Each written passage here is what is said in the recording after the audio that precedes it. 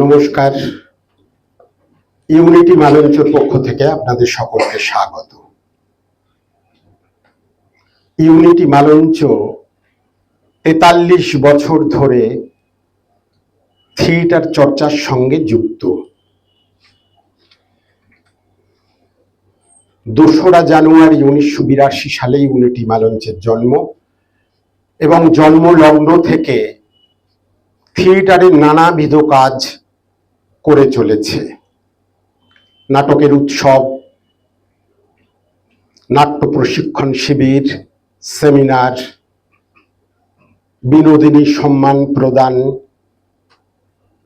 School বিদ্যালয়ে নাটকের কাজ, রবীন্দ্র নজরুল স্মরণ সন্ধ্যা, এইরকম একটি দল যেমনভাবে সারা বছর নিজেদের নিয়োজিত রাখে, ইউনিটি মালঞ্চ তার ব্যতিক্রম নয়।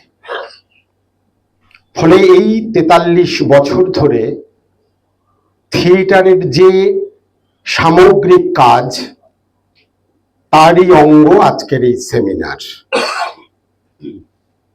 আমাদের এই সেমিনারে আজকে মঞ্চে যে গুণীজনেরা উপস্থিত আছেন, তারা স্ব-স্ব-ক্ষেত্রে প্রত্যেকেই সুপরিচিত। তথাপি নিয়ম মাফিক তাদের একটু পরিচয়। উপস্থিত আছেন আমাদের সকলের শিক্ষক, বিশিষ্ট নাট্য পরিচালক, অভিনেতা, মঞ্চ এবং চলচ্চিত্রের বহরমপুরের রেপার্টারি থিয়েটারের কর্ণধার মাননীয় শ্রী প্রদীপ ভট্টাচার্য।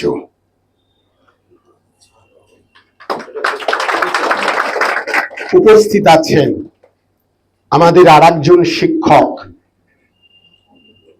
নটধা হাওড়ার কর্ণধার, বিশিষ্ট নাট্যকার, পরিচালক, পত্রিকা সম্পাদক এবং তার নির্দেশনাতে আমি বাবলু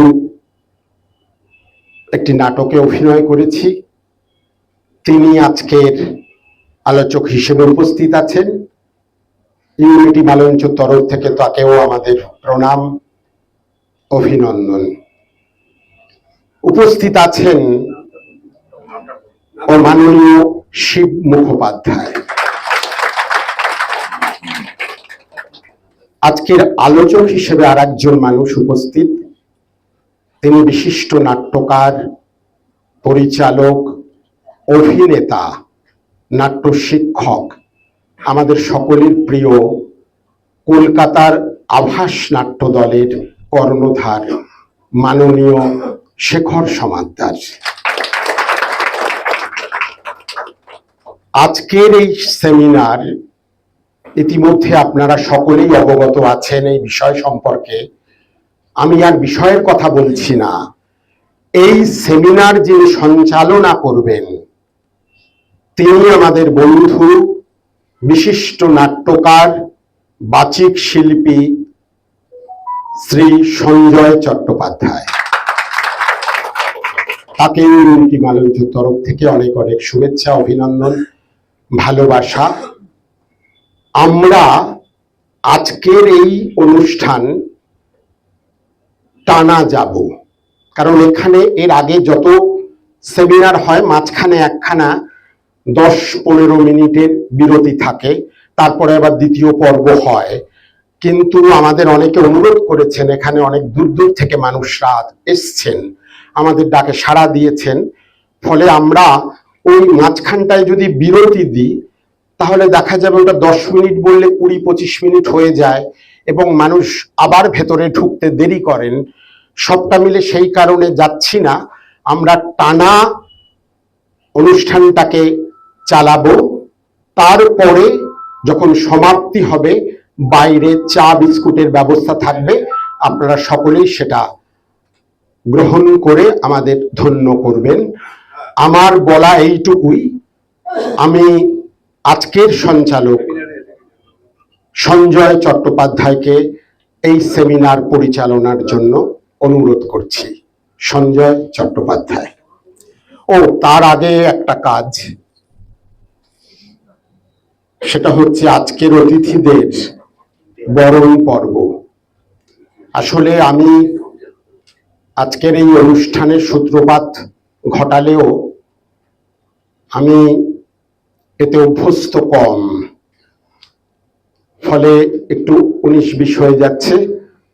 আজকের অতিথিদের বরণ করে নেবেন আমাদের আরেক অভিভাবক। প্রথমে তিনি করবেন, তারপরে আমাদের দলের লোকজনরা। তিনি নাট্যকার, পরিচালক, অভিনেতা এবং ইউনিটি মঞ্চের একাধিক নাটকের নাট্যকার। আজকে উপস্থিত আছেন সমর চট্টোপাধ্যায়। আমি সমর দাকে বলবো প্রদীপ দাকে বরণ করে নেওয়ার জন্য। সহযোগিতা করবে ইউনিটি মঞ্চের অভিনেত্রীরা।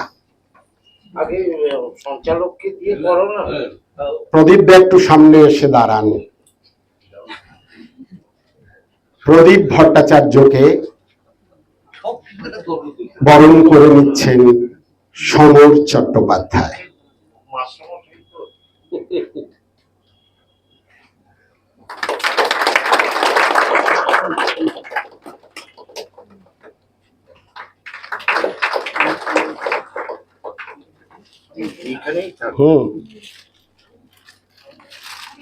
একটা পাঞ্জাবি, একটু মিষ্টি। এবারে আমরা বরণ করে নেব আমাদের আরেক শিক্ষক, অভিভাবক মাননীয় শিব মুখোপাধ্যায়কে। শিব মুখোপাধ্যায়কে বরণ করে নেবেন ইউনিটি মঞ্চের সহ সভাপতি অরূপ পাল।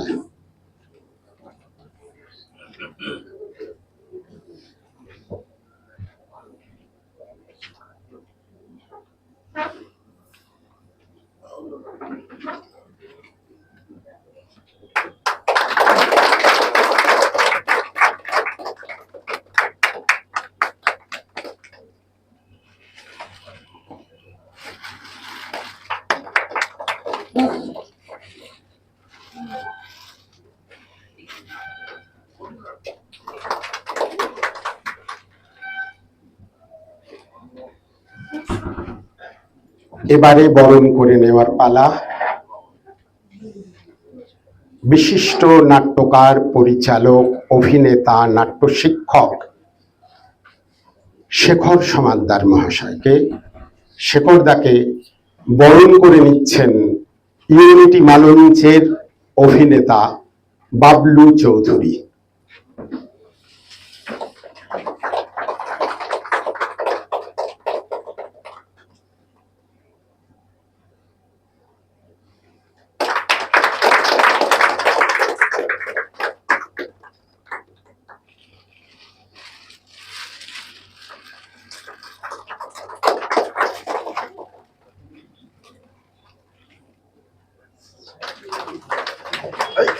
নাট্যকার, বাচিক শিল্পী, ইউনিটি মঞ্চের বন্ধু সঞ্জয় চট্টোপাধ্যায়।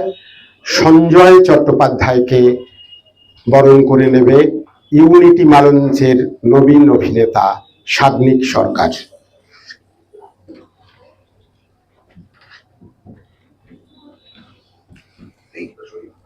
সহযোগিতা করছে অয়ন্তিকা মজুমদার, সেও ইউনিটি মঞ্চের অভিনেত্রী।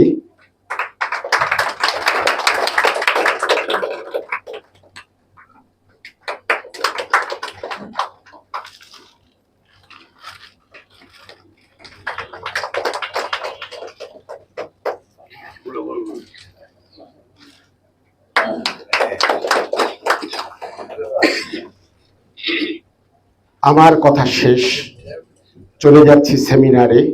অনুষ্ঠান পরিচালনা করবেন সঞ্জয় চট্টোপাধ্যায়। সঞ্জয়।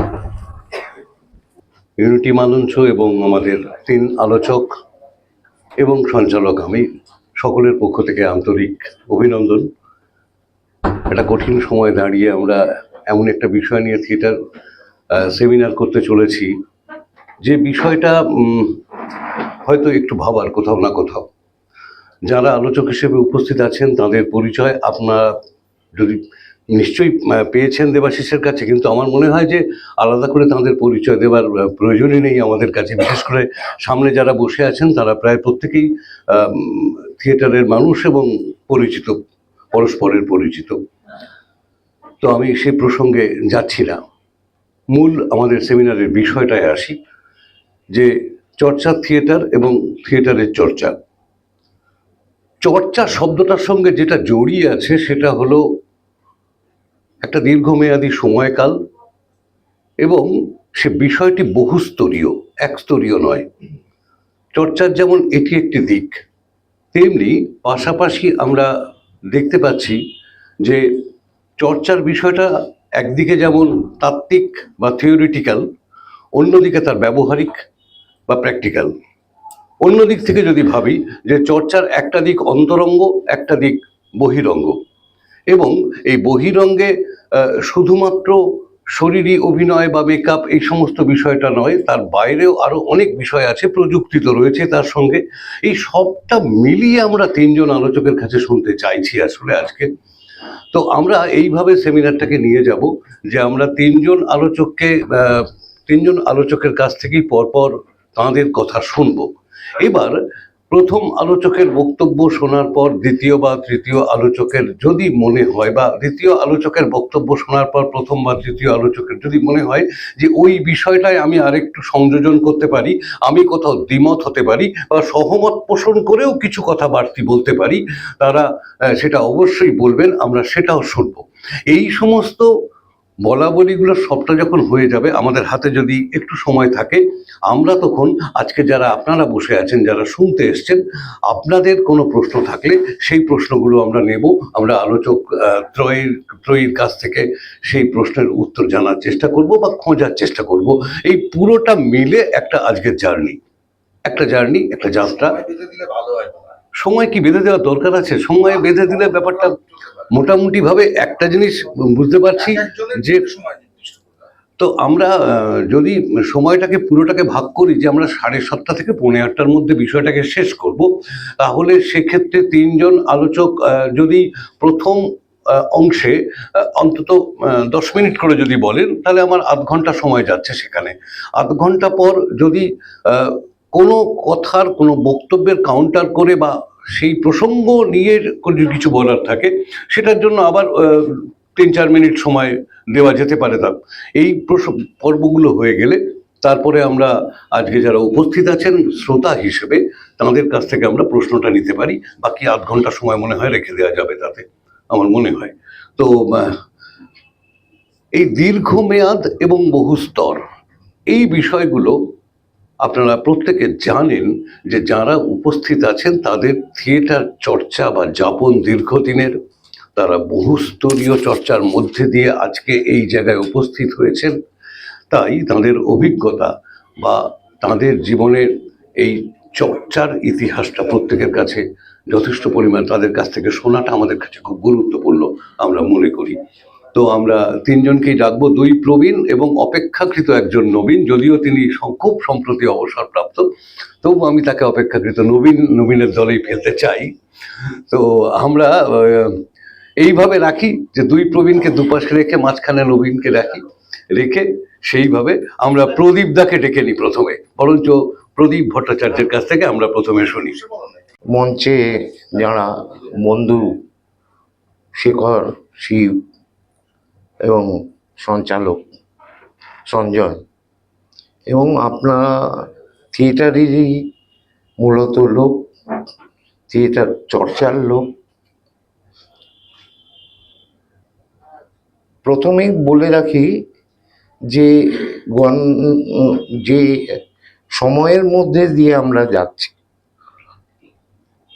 অদ্ভুত একটা গোলমেলের সময়। প্রচুর প্রশ্ন আমাদের সামনে আছে, সে আলোচনা করতে গেলে দিনের পর দিন, বছরের পর বছর কেটে যাবে। কিন্তু আমি কেবল আমার যাপনের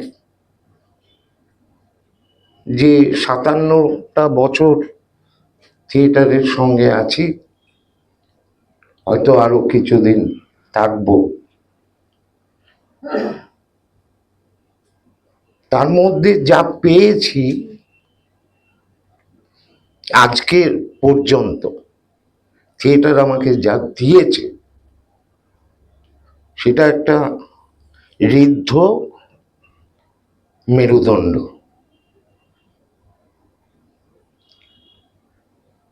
এটা আমার কাছে খুব ক্লিয়ার। আমি কি করি, আমি কেন করি, আমি কোথায় করি, আমার কাছে আমার লজিক অনুযায়ী আমি খুব পরিষ্কার। এই ব্যতি রেখে আমি যে হার্ডলস গুলো দীর্ঘ সময় ধরে পার হয়ে এসছি, সেটা আমার প্র্যাকটিক্যাল চর্চা, এছাড়াও কিছু বুকিশ চর্চা থাকে, তো যেখান থেকে জ্ঞান আহরণ করে নিজেকে এগোতে হয়। আমি প্রথমে কিন্তু আমার ওই নেগেটিভিটি গুলো, যেগুলো রিয়ালাইজেশন আমার হয়েছে, সেইগুলো বলবো। এটা মনে করার কোনো কারণ নেই যে থিয়েটারের নেগেটিভিটি দিয়ে আমি থিয়েটারটাকে নস্যাৎ করতে চাইছি, বিশেষ করে আজকের সময়টা না। আপনি অদ্ভুতভাবে লক্ষ্য করুন যে সেমিনারটা সাজানো হয়েছে দুটো শব্দ নিয়ে, চর্চা এবং থিয়েটার।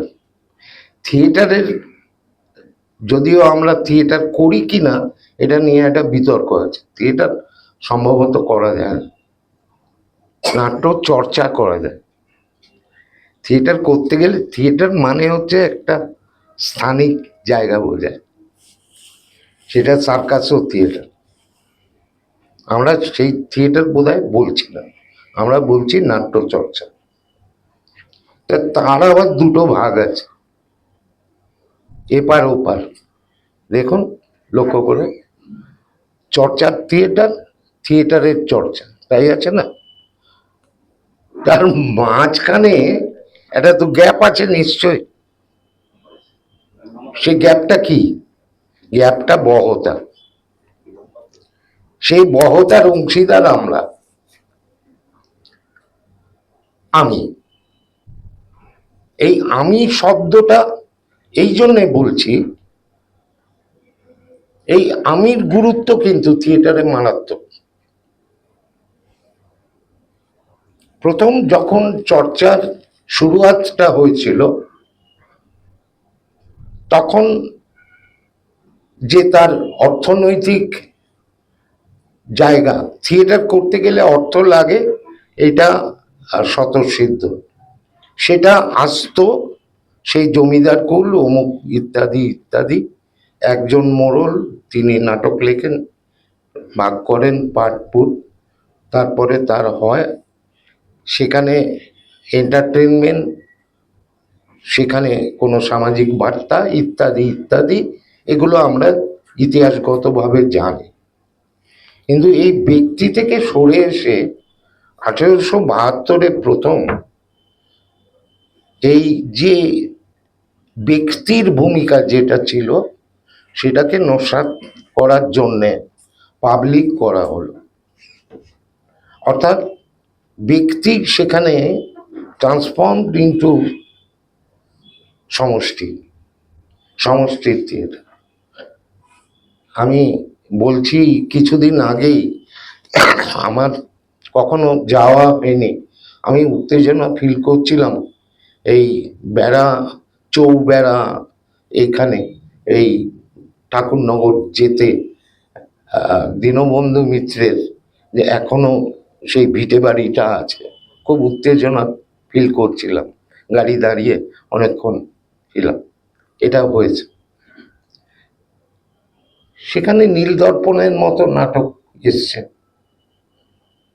নীলদর্পণকে কখনোই আপনি কোনো তোড়া বা অন্য কিছু কোনো ক্যারেক্টার দিয়ে মারতে পারেন। নীলদর্পণ উচ্চারিত হয়েছে সমষ্টির নাটক হিসেবে, এবং আপনাদের আপনাদের পয়সায় অর্থটা কিন্তু ট্রান্সফর্ম হয়েছে আপনাদের পয়সায়, কোনো বাবুর পয়সায় নয়। সেখানে টিকিটটা বিক্রি হয়েছে।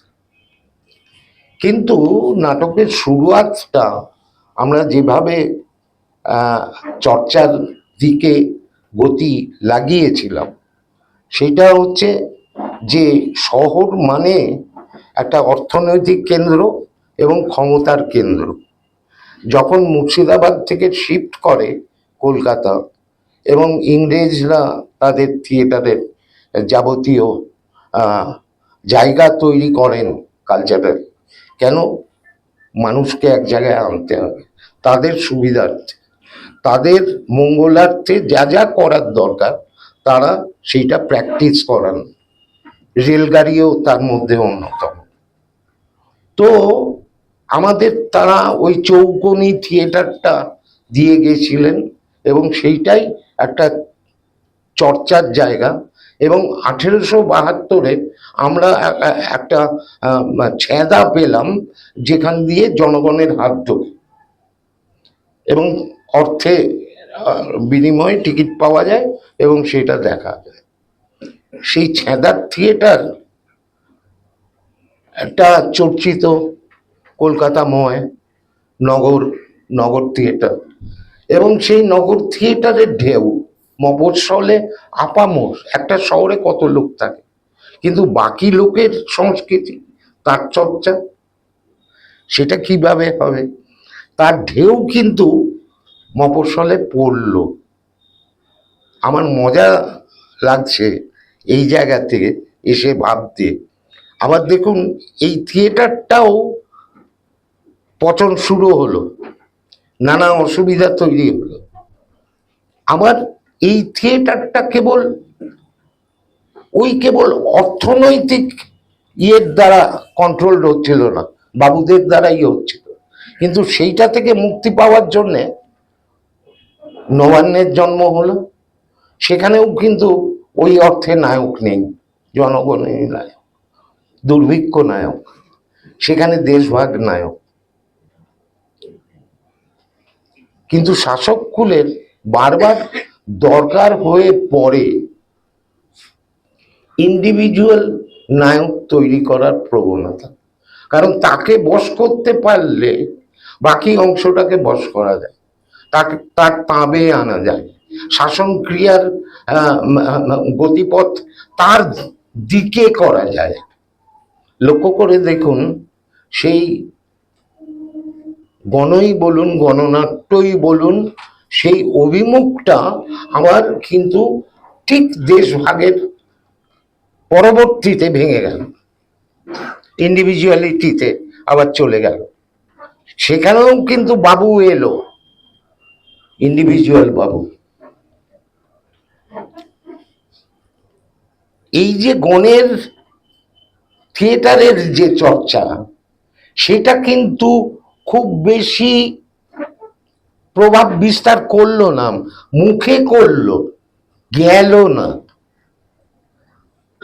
না যাওয়ার ফলে অদেখা জনিত একটা প্রভাব তো থাকে, শুনে একটা তার চিত্রকল্প তৈরি হয়। সেই অনুযায়ী কিন্তু মফস্বলের থিয়েটারগুলো চলতে আরম্ভ করেছিল। এবং 48-এ গিয়ে আমরা যখন ইন্ডিভিজুয়াল থিয়েটারের আবার সন্ধান পেতে আরম্ভ করলাম, সেটাও কিন্তু আমাদের চরমতম প্রভাবিত করলো। আমরা কিন্তু সেই আবার সেই ফাঁদে পড়লাম। তার বিস্ময় ফল কি হতে পারে? যারা তৈরি করেছিলেন 48 সালে, তার বৃক্ষরোপণ যিনি করেছিলেন, তার দলিল তিনি তৈরি করে গেছিলেন একটি নাটকের মধ্যে দিয়ে। সেটা সোশ্যাল দলিল হতে পারে, ব্যক্তিগত দলিল হতে পারে, সামগ্রিক দলিল হতে পারে। দয়া করে পড়ে দেখবেন। তার নাম চাঁদ বণিকের পালা। ওটা থিয়েটারের ইতিহাস, ব্যক্তির ইতিহাস, সাংগঠনিক ইতিহাস, শ্যাওলার ইতিহাস। প্রযোজিত হয় এর পরের যে মফস্বলের ভূমিকা আমরা দেখতে পাই, এই যে এপারটা আর ওপারটা। কলকাতার শহরতলি একটা কর্পোরেট ব্র্যান্ডেড একটা তকমা নিয়ে নিয়েছিল যে কলকাতা হলেই ভালো, কলকাতা হলেই সুন্দর।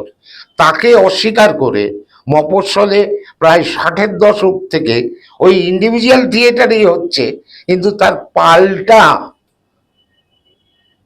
তৈরি হচ্ছিল। আমার মনে পড়ে 68-তে যখন থিয়েটার শুরু করি, তারপরে ওই 70-এর দশক রাজনৈতিকভাবে সমাজ যখন উত্তাল, তখন নৈহাটির যাত্রীকে, এই নৈহাটি এলেই আমার কিন্তু গায়ে কাঁটা দেয়। কারণ ওই মঞ্চে থিয়েটার করতে পারার একটা উত্তেজনা, উন্মাদনা, একটা একাডেমিতে করতে পারলে যে উন্মাদনার জায়গাটা হয়, কিন্তু তফাৎ আছে। যে তফাৎ আপনারা সকলেই জানেন। এখানেও সেই উত্তেজনার হাত দিলাম ঠিকই, স্পর্শ করতে পারলাম ঠিকই, কিন্তু পরবর্তীতেও দেখলাম যেহেতু ইন্ডিভিজুয়াল মধ্যবিত্তের থিয়েটারের যে সংস্কার, তার মধ্যেও কিন্তু সেই সাপ ঢুকে পড়ল। প্রতিযোগিতার থিয়েটার তৈরি চলতে লাগলো এবং সকলের চোখ গিয়ে দাঁড়ালো আলটিমেটলি পুরস্কারের দিকে, বিচারকদের দিকে। আঙুল উঠতে লাগলো। পরবর্তীকালে দেখা গেল সেই বিচারকেরা অদ্ভুত প্রক্রিয়া করতেন। এ নিয়ে প্রচুর লেখালেখি আছে, আপনারা একটু ঘেটে দেখলেই পাবেন। এক দল ওইটা বিচারকদের, আরেকটা দল, এরকম অনেক দলের ক্ষোভ বিক্ষোভের মধ্যে তারা কিন্তু এবার কলকাতার মতো থিয়েটার তৈরি করতে হবে, নিজেদেরকে আরেকটু বড় করে তুলতে হবে, ওজনদার করে তুলতে হবে। তার জন্য যে অনুশীলন, যে চর্চা, সেটা কিন্তু শুরু হয়েছিল। তার ভগীরথ একজনের নাম না করলেই নয়, আপনারা জানেন। কলকাতার একজন শিল্পী মারা গেলে তার অন্তত 3টে বরফ আর কিছু মরচে ধরা বুলেট প্রাপ্ত হয়। ওটা নাকি সম্মানের, পেছনে গুঁজে দেওয়া হয় আর দুম দুম করে ফায়ার করা হয়, ওটা সম্মানের। তো সেই সম্মানটাও তার জোটেনি। তার নাম হরিমাধব মুখোপাধ্যায়। একটা প্রত্যন্ত অঞ্চলে বালুরঘাটে থিয়েটার চর্চা করেছেন। 3টে দল ছিল বালুরঘাটে তখন।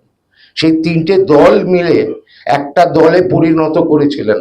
3টে আমিকে বেঁধে ত্রিতীর্থ দাঁড়িয়েছিল এবং তাদের প্রযোজনা, যেটা দেখে আমরা উত্তেজিত হয়েছিলাম, সেইটার নাম হচ্ছে বিজন ভট্টাচার্যের দেবী গর্জন। তখন আমি কলেজে পড়ি এবং ওইটুকু শহর, তার মধ্যে রিক্সাওয়ালা থেকে আরম্ভ করে, চাওয়ালা থেকে আরম্ভ করে, তাদের প্রত্যেকের কন্ট্রিবিউশন ওই তীর্থের প্রতি এবং নাটকের প্রতি। একটা চর্চার একটা সামগ্রিক কমিউন, একটা অন্য মাত্রার শিক্ষাগার বলা যায়, কেন্দ্র হয়ে উঠেছিল আমাদের কাছে মডেল। আজকে আপনারা জানেন যে কোন স্তরে হরিদা মারা গেছেন অনেক আগে, দেহত্যাগ করলেন সেদিন।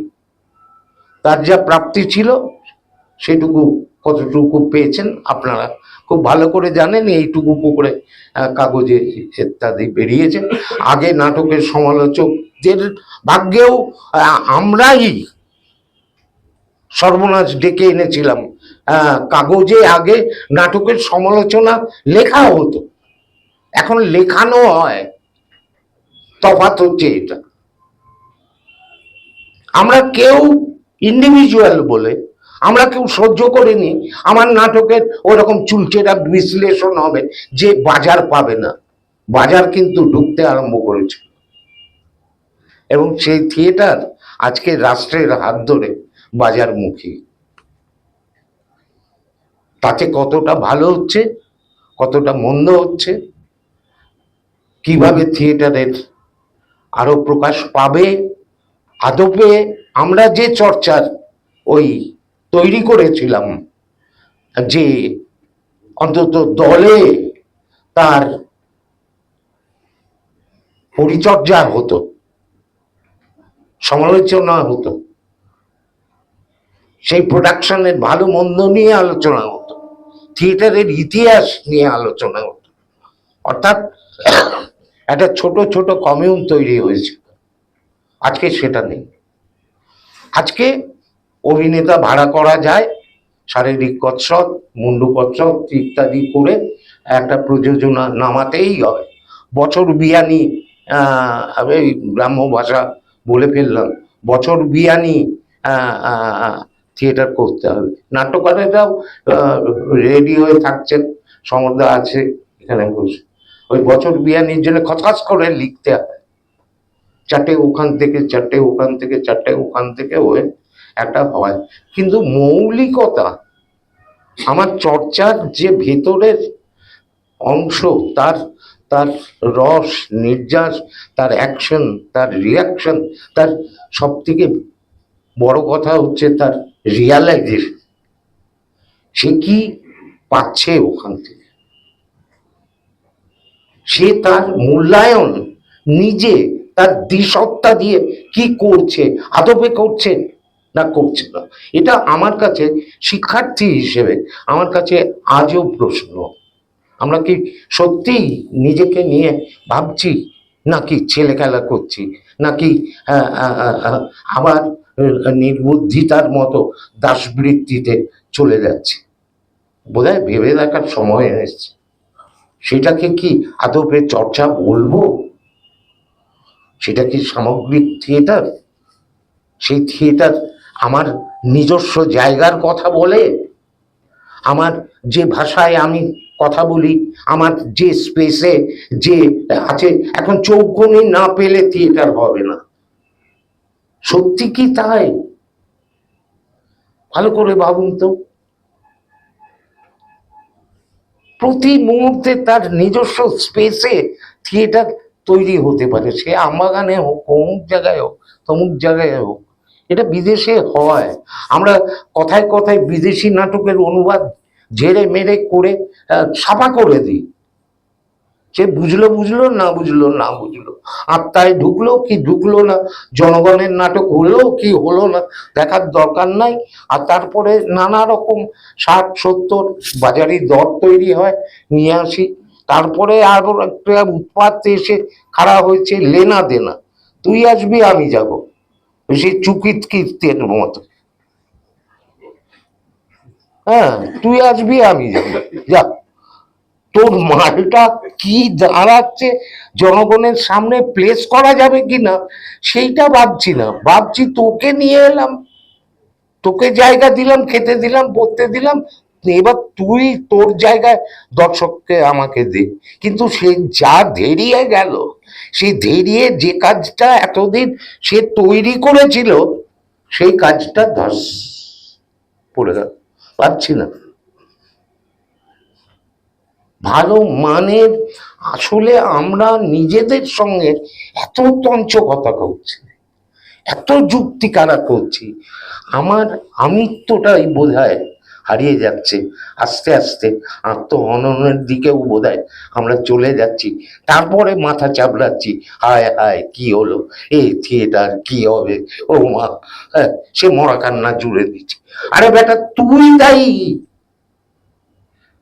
তুই একটা ইন্ডিভিজুয়াল, তোর সত্তা আছে, তোর মেরুদণ্ড আছে।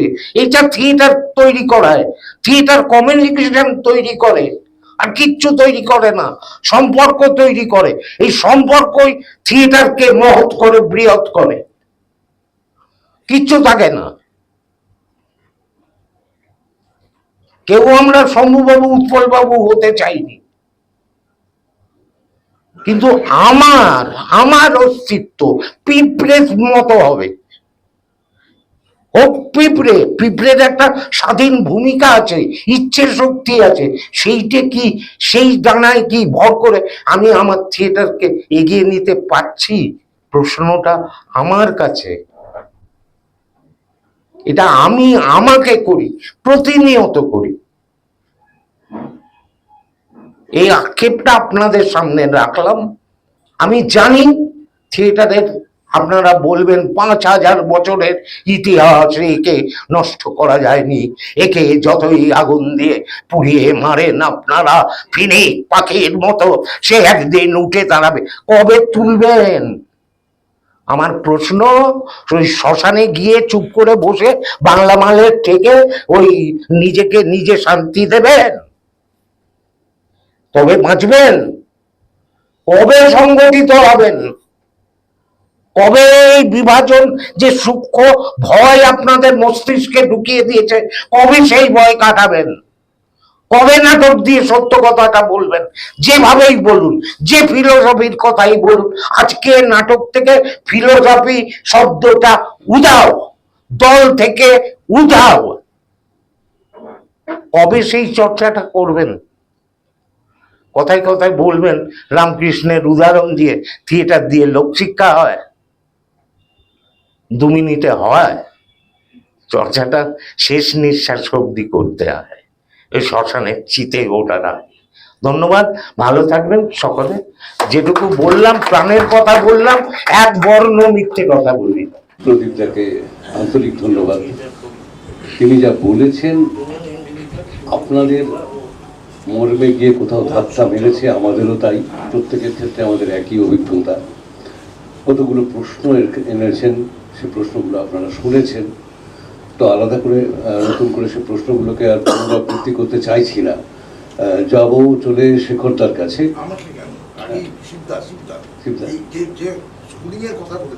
মাথা নাড়ছেন, শিবদা শেষ করবেন পরে? শিবদা বলবেন? ঠিক আছে, আসুন। তো আমরা শিবদার কাছে শুনে নেব। দীর্ঘদিনের অভিজ্ঞতার ফসল তার ঝুলিতে, আমরা তার কাছে এবার শুনি। আসলে বাবলুরা ডেকেছে, দেবাশিস ডেকেছে, ফলে আমার ভেতরে একটা আগ্রহ তৈরি হয়েছে। কিন্তু প্রদীপ যেভাবে শুরু করেছে তাতে ঝগড়া করার মেজাজ আসছে না। আমি ঝগড়া করছি না। বিষয়টা হচ্ছে এই যে আমি ইদানিং বক্তৃতা দেওয়া, সেমিনারে যাওয়া, মানে 70 পার হওয়ার পর থেকে বন্ধ করে দিয়েছি। আমি বছর 5 আর করি না। গত হঠাৎ একদিন কোনো একটা ইউনিভার্সিটিতে জোর করে যেতে হয়েছিল, ফলে তখন মনে হলো যখন করলামই তখন দেবাশিসেরটা নাই বলি কেন। তবে আজই বলছি আর যাবো না, আজই ইদানিংকালে আবার সিদ্ধান্ত যাব না। কেন যাব না? আসলে মনের কথা খোলাখুলি বলা যায় না, কারণ যে মুখগুলো আমি দেখছি তাদের কি মনে চলছে আমি তো জানি না। আর সে রবি ঠাকুরের কথা, চিঠি যাকে লিখি তার মতো করে আমার ভাষা তৈরি হয়। বিচিত্র লোকের কাছে বিচিত্র রকম চিঠি হয়। তো এত বিচিত্র লোকের কাছে আমার মতো ব্যক্তি মানুষ, যেটা বলছিল ইন্ডিভিজুয়াল, খুব গুছিয়ে কথা বলতে পারি না। একটু সকালে বসে প্রস্তুত হওয়ার চেষ্টা করছিলাম।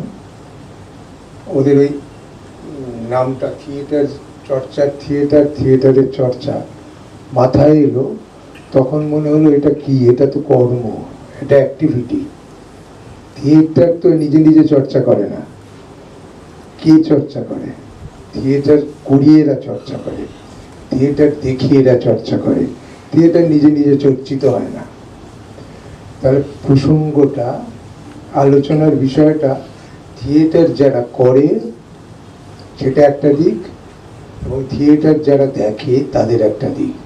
অর্থাৎ একটা বিপুল ব্যাপার, বিশাল একটা বড় ব্যাপার। একদিকে থিয়েটার যারা দেখে, মানে আমাদের বাঙালি সমাজ, তার থেকে নির্দিষ্ট কিছু লোক, আর থিয়েটার যারা করে মুষ্টিমেয় কিছু লোক এরকম একটা পাগলামি কাজ করে। যদি আমরা তাকিয়ে দেখি তাহলে দেখব যে থিয়েটার যারা করে বা করতে চেয়েছেন এতদিন ধরে, 200 বছর মোটামুটি বলা হয়, আমি যদি বিশ্বাস করি না থিয়েটার ছিল, মানে আমাদের চৈতন্য দেবী তো থিয়েটার করেছেন, তার নাম হয়তো থিয়েটার ছিল না, কিন্তু তিনি অভিনয় করতেন, মানে অভিনয় করাটাকেই আমি ওই জায়গা থেকেই বলতে চাইছি। তো সেই কাজটা যারা করছে বাংলাদেশে দীর্ঘদিন ধরে, তাদের নিয়ে কথা বলাই আজকের কথা। মানে এদের চাহিদা সম্ভবত সেই দিক থেকে। এবং সঙ্গে সঙ্গে থিয়েটার কিছুতেই নাট্য হয়ে ওঠে না, মানে থিয়েটার হয়ে ওঠে না যতক্ষণ না ওপারে দর্শক একজন এসে বসছেন। সেই এমটি স্পেসে পিটার বুকের যেমন একজন দর্শক বসে থাকলেও আর একটা মঞ্চে একটা লোক হেঁটে গেলেই থিয়েটার হয়ে ওঠে। এই দুপক্ষ নিয়ে যদি না বলা হয় তাহলে হিসেবটা বোঝা যাবে না যে থিয়েটারের চর্চাটা আসলে কি। খুব সাদা মাটা, মানে বয়স আমার 80-র দিকে, 70-এর দিকে নয়, ফলে আমি আর কদিনই বাঁচবো, খোলামেলা বলবো যে সত্যি সত্যি আমরা যারা থিয়েটার করি 60-70-এর দশকে যারা শুরু করেছি, আমার একটা গল্প মনে পড়ছে, আমার ব্যক্তিগত পারিবারিক গল্প। পুষ্পর মা বলে আমাদের বাড়িতে একজন ছিল, গরু সামলাতো, তার গলায় একটা হাত ছিল, খুব কালো দেখতে। সে হঠাৎ একদিন সন্ধ্যেবেলায় ফিরল কাঁদতে কাঁদতে। কি হলো তোমার? এ কি, তোমার হাতটা কোথায়? বললো দেখো না, সকালবেলা একজন বললো পোস্ট অফিসে চলো, লাল পোস্ট অফিসে চলো, লালবাড়ি আর কি, তখন পোস্ট অফিস মানে লালবাড়ি ছিল, লাল বাক্স, ওইখানে পোস্ট অফিসের বাবুদের সঙ্গে কথা হয়েছে, তুমি মাসে মাসে অনেক টাকা পাবে, বিধবা গরিবদের টাকা দিচ্ছে, তোমার জীবনটা ভালোভাবে চলবে। তো আমাকে না একটা ছাতা ধরিয়ে রাস্তার এপারে দাঁড় করিয়ে লোকটা বললো, ও হো দাও দাও, হাট থাকলে দেবে না, তোমার হাটটা খুলে দাও। হাটটা নিয়ে পোস্ট অফিসে ঢুকলো, আর ফিরল না, দাঁড়িয়ে থেকে থেকে সন্ধ্যেবেলা ফিরে এসছে। মানে ওর হার গেল, একটা ভাঙা ছাতি নিয়ে ফিরে এলো। ওকে একজন বুঝিয়েছিল যে সারা জীবন স্বস্তি থাকবে। আমার মনে হলো ওই সময় যারা থিয়েটার করতে শুরু করেছিল তাদের চর্চার ইতিহাসটা বোধহয় এরকম, আমি আর বলতে চাইছি না।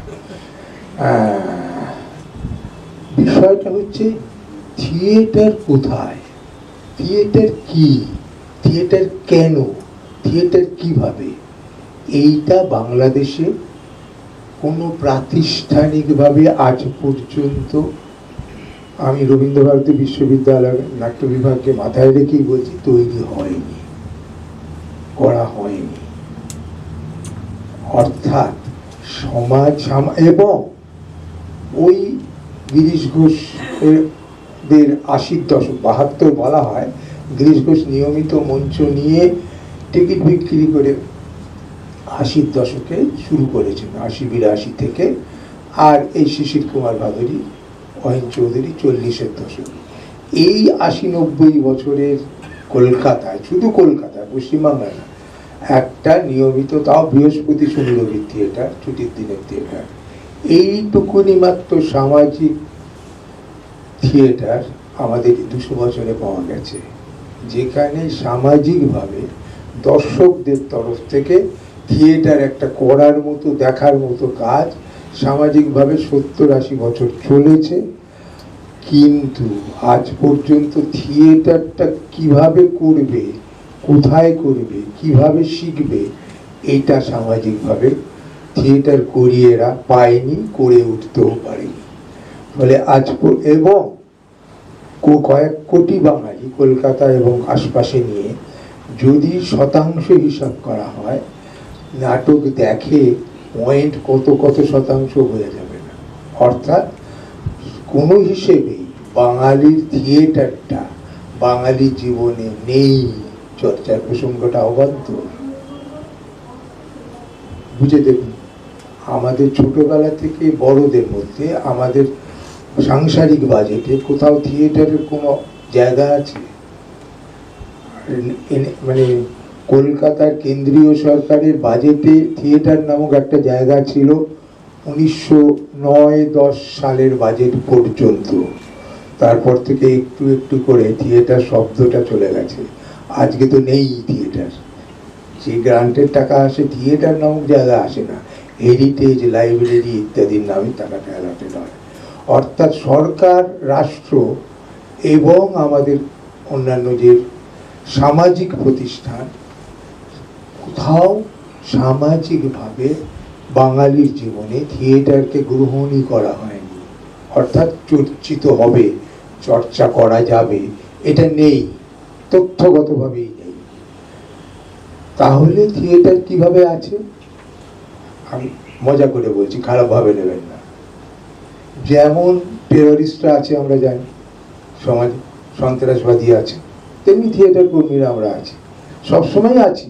কিন্তু কোথায় আছি প্রায় দেখা যায় না। টেররিস্ট কোথায় আছে বোঝা যায় না, কিন্তু আছে। সেইভাবে গুরুত্বের জায়গায় কোথাও থিয়েটার আছে, ইত্যাদি ইত্যাদি। মোদী, মমতা সবাই জানে থিয়েটার কর্মী আছে, কিন্তু কোথায় আছে, কিভাবে আছে, খেয়ে না খেয়ে জানি না আমরা। ফলে একটা অদ্ভুত, অপ্রাসঙ্গিক এবং প্রাসঙ্গিক আমরা আছি থিয়েটারে। এই জায়গাটা আমার মনে হয়েছে আজ সকালে বসে ভাবতে ভাবতে, যে কোথাও একটা অদ্ভুত আমাদের নিয়ে ধাঁধা তৈরি হয়েছে এবং আমরাও সেই ধাঁধার শিকার। যার জন্য আজকে যদি দেবাশিস বা বাবলু মনে করে তার নতুন প্রজন্মকে থিয়েটারে আনবে, তার প্রথম এবং প্রধান চিন্তা হবে আমি কিভাবে বাঁচলাম, ও কি সেভাবে পারবে? ও যদি আমার দিকে আঙুল তোলে, আমি কি উত্তর দেব? এইটার সামাজিক ব্যাখ্যা, এটা সামাজিক অস্তিত্বের প্রশ্ন। অর্থাৎ থিয়েটারের চর্চার থিয়েটার যাই বলি নেই, ধরেই নিতে হবে নেই। তাহলে কি আছে? কতগুলো ইচ্ছে আছে, কতগুলো কল্পনা আছে, কতগুলো স্বপ্ন আছে, কতগুলো ঘটনা ঘটিয়ে ফেলা আছে। যেমন হঠাৎ একটা ব্যক্তিগত কেরানির জীবনে একটা হঠাৎ প্রেম হয়ে যায়, হঠাৎ একটা তীর্থ দর্শন হয়ে যায়, তেমনি কয়েকটা লোকের জীবনে কিছু থিয়েটার হঠাৎ হয়ে গেছে, হঠাৎ ঘটিয়ে দিয়েছে। এইটার মধ্যে কোনো কার্যকারণ সম্পর্ক যারা করেছেন, যারা দেখেছেন, তারাও খুঁজে পান না। কেন সৌম্যমিত্র হঠাৎ সৌম্যমিত্র হলেন, কেন উৎপলবাবু হলেন, কেন প্রদীপ বহরমপুরে প্রদীপই হলো, হ্যাঁ, এই কথাগুলো অ্যাক্সিডেন্টাল। এর কোনো সামাজিক কার্যকারণ প্রবাহ খুঁজে পাওয়া যায় না। যদি না পাওয়া যায় তাহলে কি বলা যাবে চর্চা মানে কালচার হচ্ছে না? এই জায়গায় দাঁড়িয়ে আমাদের সমাজে, আজকের সমাজে যখন খুব ভয়াবহ অবস্থা, যখন সমস্ত ছোট ছোট কমিউনিটিগুলো, মানে সামাজিক সিভিল সোসাইটি যাকে বলে, নাগরিক সমাজ, যেখানে আস্তে আস্তে পুজো প্যান্ডেল থেকে আরম্ভ করে, খেলার মাঠ থেকে আরম্ভ করে, সাহিত্যের ক্লাব গোষ্ঠী আরম্ভ করে, নাটকের গোষ্ঠী, ছোট ছোট যে সামাজিক কাজের ক্রিয়ার যে জায়গাগুলো বাংলা বা অন্য সমাজেও থাকে, সমস্তগুলো আক্রান্ত বা গ্রস্ত হচ্ছে পলিটিক্যাল সোসাইটির দ্বারা। খারাপ ভালো বলছি না, পলিটিক্যাল সোসাইটির দ্বারা। তখন কিন্তু আমাদের একটাই বোধহয় রাস্তা, যে থিয়েটারের সঙ্গে রাষ্ট্র বা সরকার বা কর্পোরেট সেই জায়গায় কোথাও গাঁটছড়া না বাঁধতে পারলে আমার মনে হয় না বিকল্প থিয়েটার করে, যেটা আমরা এতদিন করার চেষ্টা করেছি, গ্রুপ থিয়েটার বা অন্য থিয়েটার ধারা। কারণ গ্লোবাল যে সিচুয়েশনটা দাঁড়িয়েছে, সংস্কৃতি বলতে কি বোঝায়, যে আমরা যে মানুষ কতগুলো বায়োলজিক্যাল রিপু বা ইনস্টিংক্ট নিয়ে জন্মায়, সাংস্কৃতিক সভ্যতা সেইগুলোকে আস্তে আস্তে আর্টিফিশিয়াল ইনস্টিংক্ট করে। একটা বাচ্চা যখন আগুনে হাত দিতে চায়, না বললে সেই নাটা বোঝে, এইভাবে হাত তোলে। আমি আমার নাতনিকে বলেছি না, ও আমাকে না না না না না এরকম করে বলে, এই বা হাতটাই তোলে। অর্থাৎ ওটার একটা অন্য আলোচনা, যে শরীরের ভাষা থেকে মানুষ শেখে, সেটা বলছি না। এই যে চর্চার জায়গায় আর্টিফিশিয়াল ইনস্টিংক্ট তৈরি করা হয়, সংস্কৃতির কাজ আর্টিফিশিয়াল ইনস্টিংক্ট। যে রবীন্দ্রনাথের গান থেকে, ভাষা থেকে, তার ওই বসন্ত উৎসব থেকে যেমনভাবে বাঙালি একসময় রপ্ত করার চেষ্টা করে একটা সংস্কৃতির ইনস্টিংক্ট তৈরি করেছিল, আজকের সোসাইটি যারা চালায়, কর্পোরেট এবং পলিটিক্যাল লিডাররা প্যাক্ট হয়ে ঠিক করেছে যে ওই আর্টিফিশিয়াল ইনস্টিংক্ট সমস্তটার মালিকানা আমাদের হাতে থাকবে, এবং আমাদের অস্ত্র হবে সোশ্যাল মিডিয়া, টেকনোলজি দিয়ে আমরা ওই ইনস্টিংক্টগুলোকে দখল করব। এইখানে যারা অন্যভাবে অন্য রকম ইনস্টিংক্ট তৈরি করার বা সংস্কৃতি করার চেষ্টা করবে, তাদের প্রশ্রয় দেওয়া হবে না, তাদের অনুগত হতে হবে। আমাদের অনুগত হলে তাদের আমরা একভাবে দেব। সেটা ভাগবত পাঠ হতে পারে, সেটা রামায়ণ হতে পারে, সেটা হনুমান লীলার পাঠ হতে পারে। তারা যদি আমাদের মতো করে চলে, তাহলে আমরা সেইগুলো দিয়ে তাদের অ্যালাউ করব। এইটা আমাদের দেশে একভাবে, সারা পৃথিবীতেই একভাবে চলছে, এটা ফ্যাক্ট। এটা যারা খোঁজ খবর রাখেন, আজকের কর্পোরেট কালচার এইভাবেই করছে। আজকের বাজার কালচার দুটো মাত্র আপনার পরিচয় চায়, আর কিচ্ছু চায় না। আপনি একমাত্র যা যা হবে, আপনি কাস্টমার, ক্রেতা, আর আপনি ভোটদাতা। এছাড়া আপনার কোনো পরিচয়ের কোনো প্রয়োজন নেই ওদের কাছে। এই জায়গায় দাঁড়িয়ে এই দুটো পরিচয় বাদ দিয়ে আমি নাট্যকর্মী, এই পরিচয়টা বাঁচিয়ে রাখতে গেলে যে চর্চার দরকার, সেইটা হচ্ছে প্রথম এবং প্রধান কাজ। আমি এত নেগেটিভ কথা বলেছি, সেটা হচ্ছে আমি 2005 পর্যন্ত এদের এখানে এসে মিটিং করেছি, বহরমপুরে গিয়ে মিটিং করেছি, দুনিয়ায় গিয়ে মিটিং করতাম। আর ভাবতাম যে নাট্য মুখপত্র আর যৌথভাবে থিয়েটারের দল করলে, রবিবারের থিয়েটার চালু করতে পারলে আমরা একটা বিকল্প চালাবো। 2005-এ আমি বুঝতে পারলাম যে না, এইভাবে আমরা পলিটিক্যাল সোসাইটি বা কর্পোরেট সোসাইটি যেভাবে করছে তাতে হবে না। আমাদের সবথেকে বড় প্রয়োজন, আমাদের থিয়েটারের যেটা আসল ক্ষমতা, অর্থাৎ হোয়াট ইজ থিয়েটার, সেই থিয়েটারটা কি, অভিনয়টা কি, অভিনয়ের আধুনিকতা কি, সেইগুলো চর্চা করা। রবীন্দ্রনাথ বলেছিলেন, বিশ্ববিদ্যালয়ের কাজ নয় শিক্ষা প্রচার করা, প্রসার করা। বিশ্ববিদ্যালয়ের কাজ হচ্ছে বিদ্যা উদ্ভাবন করা, ডিসকভারি করা। তেমনি সাহেবরা কি করেছে, আর ওরা কি করেছে, আর উত্তম কুমার এ কি করেছে, সেইখান থেকে নিয়ে নিয়ে দেখে দেখে হাতেরে হাতেরে তুই ধ্যান কর, তুই ব্যায়াম কর, তুই গলা তৈরি কর। এই যে প্রথাবদ্ধ জ্ঞান, এই বিশ্বাস ভিত্তিক জ্ঞান থিয়েটারের, সেইখান থেকে কি করে বিজ্ঞান ভিত্তিক থিয়েটারের জ্ঞান তৈরি করা যায়, অভিনয়ের থিয়েটার করা যায়, সেই দিকে আমার চিন্তা গেছে। এবং আমরা নটধায় সেই চর্চাটা করা শুরু করেছিলাম। ভালো করেছি মন্দ করেছি জানি না, ঠিক তো করিনি, এখনো জানি না। কিন্তু আমার মনে হয়েছিল, যদি কিছু ভালো অভিনেতা, যদি কিছু ভালো অভিনয় তৈরি করা যায়, তাহলে তার একটা কোথাও ওয়েভলেন্থ তৈরি হয়, সেইটা দিয়ে কোথাও আমাদের বেশি নিয়ে নিচ্ছি না, ও 20 মিনিট নিয়েছে, আমি 20 মিনিট।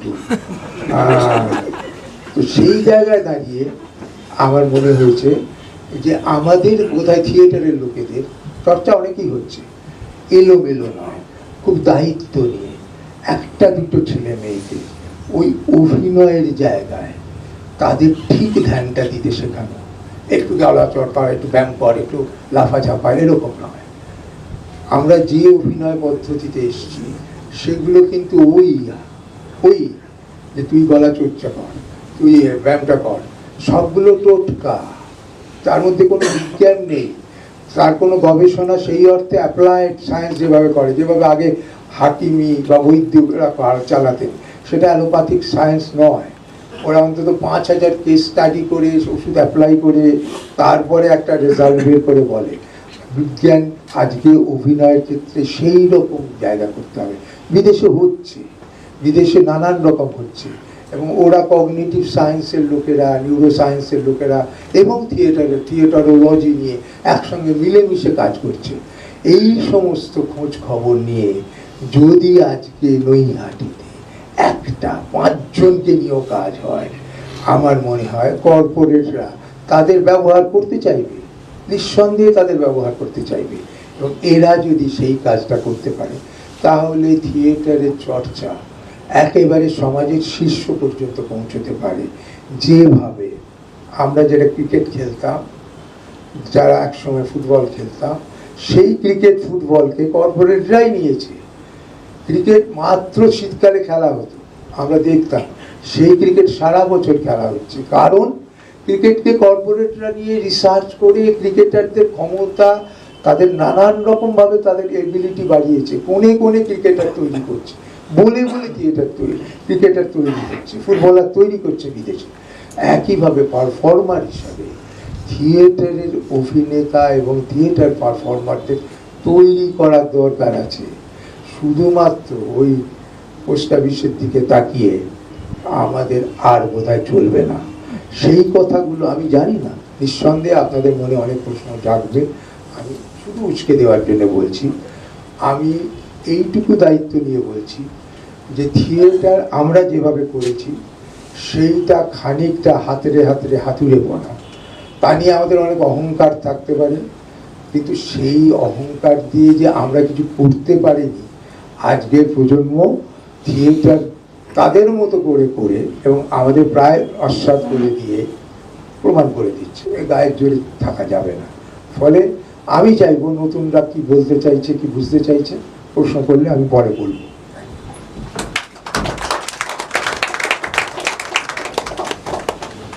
শিবদা বললেন আপাতভাবে নেতিবাচক কিছু কথা আমরা শুনলাম, আর্টিফিশিয়াল ইনস্টিংক্টের কথা শুনলাম, বিজ্ঞান ভিত্তিক চর্চার কথা।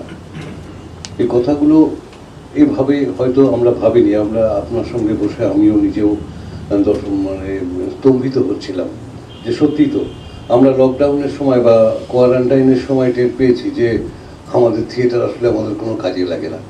এটা আমরা হাড়ে হাড়ে উপলব্ধি করতে পেরেছি। থিয়েটার কর্মীরা তখন কীভাবে সংসার চালিয়েছেন আপনারা সবাই জানেন। তো আমরা সে ব্যাপারে খুব তিক্ত অভিজ্ঞতা লাভ করেছি, এবং সেখানে দাঁড়িয়ে শিবদার কথাগুলো আরও বেশি পরিমাণে প্রাসঙ্গিক মনে হয় এই সময় দাঁড়িয়ে। শেখরদা দীর্ঘদিনের থিয়েটার কর্মী, থিয়েটার চর্চার সঙ্গে রয়েছেন। তিনি আশা করি আমাদের এই ব্যাপারে আলোকপাত করবেন, আমরা তার কাছ থেকে শুনবো। এবং তিনি পুরো সময় বক্তব্য চলাকালীন প্রদীপদার কথা, শিবদার কথা প্রচুর নোট করেছেন। সেগুলোকে সহমত পোষণ করে অথবা বিরুদ্ধ মত পোষণ করে নিশ্চয়ই কিছু না কিছু বলবেন, বা নিজের কথাও বলবেন। সবটাই মানে নিজের কথা তো বলবেনই, সেগুলো নিয়ে যদি কিছু বলার থাকে সেটা নিয়েও বলবেন। আমরা শেখরদার কাছে শুনবো এবার। আপনাদের সকলকে নমস্কার। আমার মনে হয় এই সেমিনারে আমি সঞ্চালক হয়ে গেলে ভালো হতো, কেননা এই দুজন বক্তা এমন সব কথাবার্তা বললেন, শোনার পর আমি প্রায় ঘাবড়ে গেলাম যে এবার আমি কি বলবো। সঞ্চালকের ভূমিকা অনেক সহজ, সেটি আমার থাকলে ভালো হতো। আমি কিছুটা নোট করার চেষ্টা করছিলাম, কিন্তু বোঝার চেষ্টা করছিলাম। তার আগে একটা ফাঁস করে দিই আপনাদের কাছে, সেটা হচ্ছে যে দেবাশিস যখন আমাকে বলেন এই এখানে বলার কথা, তো আমি তখন জিজ্ঞেস করি কে কে বলছেন, তখন দেবাশিস নামগুলো বলেন। এবং আমি বুঝতে পারিনি যে গোটা সেমিনারটার নামই এইটা হবে যে চর্চার থিয়েটার, থিয়েটারের চর্চা। আমি আসলে আমার বক্তব্যের বিষয়টা এটা বলেছি, দেবাশিস এটা গোটা সেমিনারের বিষয় হিসেবেই রেখেছেন। ফলে চর্চা বলতে আমি আমার মতন করে একরকম করে বুঝেছি। এখানে আসার পর প্রদীপদা এবং সঞ্জয়ের সঙ্গে বসে আড্ডা হচ্ছিল যখন, তখন আমরা একটু ফাজলামো করার চেষ্টা করছিলাম যে চর্চা কথাটাকে খরচা বলেও ধরে নেওয়া যেতে পারে। খরচার থিয়েটার, থিয়েটারের খরচা, সেটাও নিশ্চয়ই একটা খুব গুরুত্বপূর্ণ সেমিনার হতে পারে, এখন তো খুবই দরকার এই ধরনের সেমিনার, থিয়েটারের খরচা টরচার কথা মাথায় রেখে। কিন্তু তারপরে যেটা দাঁড়ালো, মানে আমি যা ভেবেছিলাম সেটা প্রায় গুলিয়ে গেছে। কারণ প্রদীপদা পুরো বাংলা থিয়েটারের ইতিহাস ধরে নিয়ে এসেছেন, নিয়ে খুবই লাফিয়ে লাফিয়ে গেছেন বটে, কিন্তু বেশ সংযোগ রেখে রেখেও গেছেন, গিয়ে মোটামুটি নস্যাৎ করে দিয়েছেন। আমি গোড়ার দিকে শিবদাকে দেখছিলাম খুবই নেগেটিভ, নেতিবাচক কথা বলেছেন, থিয়েটার কোথাও এক্সিস্ট করে না। এটা যদি আমি ধরে নিই একজন নাট্যকর্মী হিসেবে যে আমি কোথাও এক্সিস্ট করি না, তাহলে আমার প্রশ্ন আসবে, আমি তাহলে থিয়েটার কেন করি? আমাকে এখনো থিয়েটার তো খাওয়ায় না, এখনো খাওয়ায় না। এই কিছুদিন আগে অবধি আমার চাকরি আমায় খাওয়াতো, এখন পেনশন পাওয়ার কথা, আমার মাইনে প্রচুর কমে যাবে, আমাকে এই টাকায় চালাতে হবে, এসব আছে। কিন্তু আমি একটা এমন পেশায় ছিলাম যে পেশাটা ঘটনাচক্রে এখন অনেক মাইনে বেড়েছে, কিন্তু এই পেশাটা একসময় মাইনের বেশি ছিল না। এবং এই পেশাতে এক ধরনের দায়িত্ব ছিল আমাদের, যে ছাত্রছাত্রীদের তৈরি করা কোনো না কোনোভাবে। আজ সকালেই আমি একটা লেখা পড়েছি আনন্দবাজারে, আপনারাও অনেকে পড়ে থাকবেন, পোস্ট এডিটোরিয়াল একটা লেখা, স্বাতী ভট্টাচার্যের লেখা। সেটা পড়ে আমি বেশ শিহরিত হলাম। আমি থিয়েটারের বিষয় বলছি না, বিষয়টা হচ্ছে আপনারা সকলেই জানেন যে এখন চাকরি নেই, শিক্ষকতার চাকরিও এখন অপ্রতুল নেই। অনেক কারণে আছে, তার রাজনৈতিক অনেক কারণ থাকতে পারে, ব্যাখ্যা থাকতে পারে, সেসবের মধ্যে আমি যাচ্ছি না, কিন্তু চাকরি নেই। এবং গ্রামাঞ্চলে অনেকগুলো সংকট খুব স্পষ্টভাবেই দেখা দিচ্ছে, এই অর্থনৈতিক যে সমস্ত ব্যবস্থাপনা ইত্যাদি। প্রচুর স্কুল বন্ধ হয়ে যাচ্ছে, অনেক স্কুল বন্ধ হয়ে যাচ্ছে। এই স্কুল বন্ধ হওয়ার পিছনে সেন্ট্রাল গভর্নমেন্টের একটা বিরাট প্রকল্প আছে। আমি কিছুদিন আগে গত বছরে বাঁকুড়া গিয়েছিলাম, সেখানে গিয়ে একটা প্রত্যন্ত এলাকায় গিয়ে দেখলাম যে একটা গ্রামে একটা প্রাইমারি স্কুল বন্ধ হয়ে গেছে। আমি গিয়েছিলাম ডিসেম্বর মাসে, ওই স্কুলের একজন মাত্র টিচার, তার মে মাসে, মানে মে 2025-এ রিটায়ার করার কথা, তাকে অক্টোবর 2024-এ রিটায়ার করিয়ে দেওয়া হয়েছে, যেহেতু স্কুলটা বন্ধ হয়ে যাবে। এরকম লোকাল স্কুলগুলোকে অনেক বন্ধ করে দেওয়া হচ্ছে, বন্ধ হয়ে যাচ্ছে। এবার বলা হচ্ছে যে এই যে গ্রামে গ্রামে গ্রামে স্কুলগুলো, নিম্ন বুনিয়াদী স্কুলগুলো যে বন্ধ হয়ে যাচ্ছে, এই স্কুলগুলোর ছাত্রছাত্রীদের ধরুন 5 মাইল কি 6 মাইল দূরে একটা বড় স্কুলে গিয়ে পড়তে হবে। এবার এই গ্রামের লোকেরা আমাকে বলছিলেন, ওরা মানে যাতায়াত করছে, চিঠিপত্র লেখালেখি করছে, কিন্তু আমি যেহেতু বিষয়টা খানিকটা জানতাম, আমি বুঝলাম যে এই চিঠি লিখে কোনো লাভ হবে না, ও বিডিও অফিসে গিয়ে বলে কিছু হবে না, এগুলো গভর্নমেন্ট প্রকল্প, এগুলো বন্ধ করে দেওয়া। কিন্তু ওরা একটা কথা বলছিল যে আচ্ছা ধরুন এই যে 7 মাইল 8 মাইল যাবে আমাদের বাড়ির বাচ্চাগুলো, এইটুকুটুকু বাচ্চা রাস্তায় সাপখোপ বেরোয়, বর্ষার সময় বেরোবে, তারপরে পাগলা কুকুর তাড়া করে অনেক সময়। তা আমাদের ঘরের ছেলে মেয়েগুলো তো এত দূর হাইটে যেতে পারবে না, তা আমাদের ঘরের ছেলে মেয়েগুলো মূর্খই থেকে যাবে। আমার কাছে সত্যি কোনো উত্তর ছিল না, কারণ আমি শহরে অধ্যাপনা করি। আমাদের নিজেরাই অনেক আক্ষেপ করেছি যে এখন জেনারেশনের পর জেনারেশন এত খারাপ হয়ে যাচ্ছে, এখন আর সেই রকম শহরের ছেলেরা পড়তে আসছে না, গ্রাম থেকে পড়তে আসছে ইত্যাদি ইত্যাদি। এই গ্রামের অবস্থাটা কি, যার সঙ্গে আমার কোনো যোগ নেই। আর আজকে স্বাতীদির লেখাটা পড়ে, স্বাতী ভট্টাচার্যের লেখাটা পড়ে দেখলাম যে কোনো কোনো গ্রামে একটা পরিকাঠামো তৈরি করেছেন টিচাররা, যারা বিভিন্ন সরকারি স্কুলেই পড়ান। তারা নিজেরা ধরুন একটা আবাসিক তৈরি করেছে, এবং সেখানে ওই বেঞ্চিটাই হচ্ছে গিয়ে শোয়ার জায়গা। সেখানে 37-38টা ছেলে মেয়ে থাকছে, তারা ওই যে বিছানাটায় ঘুমোয়, সকালবেলা সেটাই ওদের বেঞ্চ হয়। এবং ওখানে দেয়ালে একটা ছবিও লেখাটার সঙ্গে আছে, দেখবে কেমিস্ট্রির একটা সূত্র ওখানে লেখা আছে। ওরা বেশ কয়েকটা গ্রামের টিচার মিলেই এই স্কুলটা চালান। 2000 টাকা মাইনে দিয়ে টিচার রাখা হয়েছে, যারা ওই অঙ্ক শেখাচ্ছে, একে শেখাচ্ছে। কোন দিন এই ছাত্ররা মিড ডে মিল খেতে যাবেন সেটা এরাই পরিকল্পনা করেন, এরা অন্যান্য স্কুলে চাকরি করেন। অর্থাৎ সবসময় একটা বিকল্প পথ মানুষ খুঁজে নেয়। আমাদের থিয়েটার যদি তাৎপর্যহীন হয়ে যায়, তাহলে প্রদীপ ভট্টাচার্য বা মুখোপাধ্যায় কেন দীর্ঘদিন ধরে থিয়েটারের সঙ্গে আছেন? ছেড়ে দিন না কেন? ছেড়ে দিতে পারবেন না তারা, কারণ এইখানে আমি আবার ওই প্রদীপদার কথা দিই, মানে প্রদীপদার বিপক্ষে দাঁড়িয়ে কথা বলবো যে আসলে আমি কেন থিয়েটার করি। আমি অনেকদিন ভেবেছি আমি কেন থিয়েটার করি। অনেক সময় ব্যঙ্গ করে বন্ধুদের মধ্যে বলেছি আর কিছু করতে পারি না, সত্যি হয়তো পারি না। আমি যে পেশায় এতদিন ছিলাম, আমাকে দিয়ে অন্য কোনো কাজ হতো কিনা, অফিসে পরীক্ষা করে দেখা হয়নি, আমার ধারণা হতো না। ক্লাসে পড়ানোর বাইরে আর কিছু হতো কিনা আমি জানি না। তা আমাকে দিয়ে থিয়েটার ছাড়া অন্য কিছু হয় কিনা। আমি ফুটবল খেলতে পারতাম না, তেমন নেশাও ছিল না। আমার দাদা খুব ভালো ফুটবল খেলতেন, আমি খেলতাম না, খেলায় আমার আগ্রহ কম ছিল। আমি যখন ছোটবেলা থেকে থিয়েটার করতে এসেছি, আমার মধ্যে একটা আত্মপ্রকাশের তাগিদ ছিল। নিজেকে প্রকাশ করব কোথাও, কেমন করে প্রকাশ করব, কোনো একটা মাধ্যমের মধ্যে দিয়ে প্রকাশ করব। আমি কবিতা পরে লিখেছি অনেক, কিন্তু কবিতা লিখবো না, আমি উপন্যাস লিখবো না, গল্প লিখবো না, আমি অভিনয়ের মধ্যে দিয়ে কাজ করব, আমার আত্মপ্রকাশের চেষ্টা করব। এই আত্মপ্রকাশ একা, শিবদা বললেন যে একজন অভিনেতা একজন দর্শক লাগেই। এই আত্মপ্রকাশ আমি একা করতে পারি না, আমার 5টা লোক লাগে। এই আস্তে আস্তে আমাদের কমিউনিটি ফিলিং তৈরি হয়। আমি চর্চা বলতে এটা বোঝাতে চেয়েছিলাম, থিয়েটার কোনোদিনই আমাদের দেশে, অন্তত আমাদের শহরে, মানে রাজ্যে তো বটেই, কোনোদিন খুব ভালো অবস্থায় ছিল না। আমি আজ পর্যন্ত কারোর মুখে শুনিনি যে থিয়েটারে খুব সুসময় চলছে। সৌম্য মিত্র কোনো প্রবন্ধে কথা লেখেননি যে থিয়েটারে খুব সুসময় যাচ্ছে, বা উৎপল দত্ত লেখেননি, বা কেউ লেখেননি। থিয়েটারকে সবসময়ই দুঃসময়ের মধ্যে দিয়ে যেতে হয়।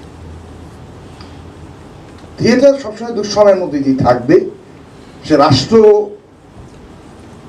তাকে গুরুত্ব দেয় কিনা এই নিয়ে আক্ষেপ করে তো কোনো লাভ নেই। আমার মনে পড়ছে এখন, আমার কথাগুলো একটু এলোমেলো হয়ে যাবে, কারণ এতক্ষণ যা শুনেছি তারপর নিজের বক্তব্য গুছিয়ে তুলতে পারিনি।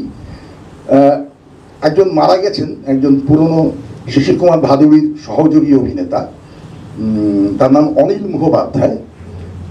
অনিলবাবু এক সময় বলেছিলেন যে সৌম্য মিত্ররা বড় অন্যায় করেছেন শিশির কুমারকে ত্যাগ করে। তারা বেরিয়ে এসে সব আইপিটিএ না তৈরি করে যদি শিশিরবাবুর সঙ্গে থাকতেন, তাহলে বাংলা থিয়েটারের দুর্দশা এরকমটা হতো না হয়তো। প্রদীপদা যে কথাটা বলেছেন যে নবান্ন কেন হয়েছিল, নবান্নের পেছনে অন্য অনেকগুলো কারণ ছিল, অনেক রাজনৈতিক কারণও ছিল। আর এই সমাজ সবসময় ব্যক্তিকে গুরুত্ব দেয়, ব্যক্তিকে গুরুত্ব দেয় না, রাজনীতিই দেয় না অনেক সময়। আমি খালেদ চৌধুরীর সঙ্গে খুব দীর্ঘ সময় কাটিয়েছি। খালেদদার মুখে এইসব গল্প শুনেছি, মানে জীবন্ত গল্প, যে উনি রুবায়েতের ছবি আঁকার দায়িত্ব পেয়েছেন, 25টা প্লেট এঁকেছেন। তারপরে সঙ্গে সঙ্গে খবর এসছে, আইপিটিএ থেকে খবর এসছে যে তাকে আসামে চলে যেতে হবে কৃষক সভায়। খালেদা চলে গেছেন, 2.5 মাস পরে ফিরেছেন। কলকাতায় বন্যা হয়েছে, এসে ঘরে ঢুকে দেখছেন যে সমস্ত ছবি নষ্ট হয়ে গেছে। ওই যে তার পেশা ছিল। যখন এই কাজগুলো যারা করেছিলেন, যে যে জায়গা থেকে মাধবদা কৃতিত্ব করেছিলেন, যে রাজনৈতিক জায়গা, সমাজ যে জায়গা থেকে, সেই সাথে তো পাল্টে যাচ্ছে, পাল্টে গেছে, বারবার নানা কারণে পাল্টেছে। আমি একটা মতাদর্শের বিশ্বাস নিশ্চয়ই করতে পারি, কিন্তু আমি ব্যক্তিকে অস্বীকার করে সবসময় সমষ্টি দিয়ে চলতে পারবো না। ব্যক্তিকে সমষ্টিকে ধারণ করতে হয় নিজের ভিতর। আমি অন্তত আমার চেষ্টা করেছি, আমার শিক্ষক জীবনে চেষ্টা করেছি। আমি যে কারণে চর্চা থিয়েটার কথাটা বলেছিলাম, শিকদারা একটা দীর্ঘ প্রক্রিয়ার মধ্যে দিয়ে যান নটদা, আমার যে দলটা খুব ছোট, সেখানেও আমি চেষ্টা করেছি যে চর্চার মধ্যে দিয়ে নিয়ে যেতে, কিন্তু সত্যি কথা বলছি কোনো চর্চাতেই এই প্রজন্ম বিশ্বাস করে না। আর এখন যারা ছাত্রছাত্রী তাদের চর্চামুখী করে তোলাই মুশকিল। এক সময় আমার খুব রাগ হতো, এখন আর দোষ দিই না। এবং আমি মনে করি যে আমার সঙ্গে সঙ্গে আমার থিয়েটার শেষ হয়ে যাবে, আমি এর কোনো ধারাবাহিকতা স্বপ্ন দেখি না। কারণ আমি আমার নিজের তাগিদে থিয়েটারের সঙ্গে যুক্ত হয়েছিলাম, থিয়েটারের মধ্যে দিয়ে আমি অনেক পেয়েছি। আমি থিয়েটারকে কতটা ফেরত দিতে পেরেছি সেটা আমার তুচ্ছ ক্ষমতায় আমি জানি না, কিন্তু আমি পেয়েছি প্রচুর। কিন্তু আমার ব্যর্থতা এইখানে যে আমি কোনো নতুন প্রজন্ম তৈরি করতে পারিনি। এবং সেটা আমার ব্যর্থতা নিশ্চয়ই, কিন্তু সেটা রাষ্ট্রের ব্যর্থতা, সেটা সমাজের ব্যর্থতা। কারণ আজকে এই তরুণদের সামনে কোনো চাকরি নেই, কোনো নিশ্চয়তা নেই, তাহলে তারা কোথায় যাবে? আমি তো চিরকাল চাকরি করে থিয়েটার করেছি, আমি তো সম্পূর্ণ সময় নাট্যকর্মী নই। যদি হতাম, দেবাশিসরা যেভাবে সারা জীবন 47টা বছর কাটিয়ে দিয়েছেন, আমি তো 47 দিনও চাকরি না করে থিয়েটার করিনি। তাহলে আমি আজকে কি কথা বলতে পারি? আমি চর্চার কথা বলতে পারি, বই লেখার কথা বলতে পারি, ছেলে মেয়েদেরকে ইতিহাস চেতনা তৈরি করে দিতে পারার চেষ্টা করতে পারি। কিন্তু আমি তো সবসময় এটা ভাবি, যখন এদের বলি তখন ভাবি আমি তো কোনো পেশা, আমি থিয়েটার তো কোনোদিন পেশা হবে না। তাহলে ওকে তো টেলিভিশন যেতে হবে, কিংবা ওয়েব সিরিজ করতে হবে, বা সিনেমা করতে হবে, তাহলে তো থিয়েটারে আর পুরো সময় দিতে পারবে না। তাহলে থিয়েটারে পুরো সময় দিয়ে একটা ছেলে বা মেয়ে কিভাবে চর্চা করবে, কিভাবে আগে সামনের দিনে এগিয়ে যাবে? এবার আমার অনুপস্থিতিকালে আমার থিয়েটার নিয়ে আর কেউ ভাববে না, এইটুকুই। সুনীল গঙ্গোপাধ্যায় বলেছিলেন, তা মৃত্যুর কয়েক বছর আগে তাকে জিজ্ঞাসা করা হয়েছিল যে রবীন্দ্রনাথ যেমন লিখেছেন আজি হতে 100 বর্ষ পরে, আপনি কি মনে করেন আপনার লেখা, আপনার শরীর যা প্রশ্নটাও শেষ করতে দেননি, মাঝে কেউ পড়বে, কেউ পড়বে না। ধন্যবাদ।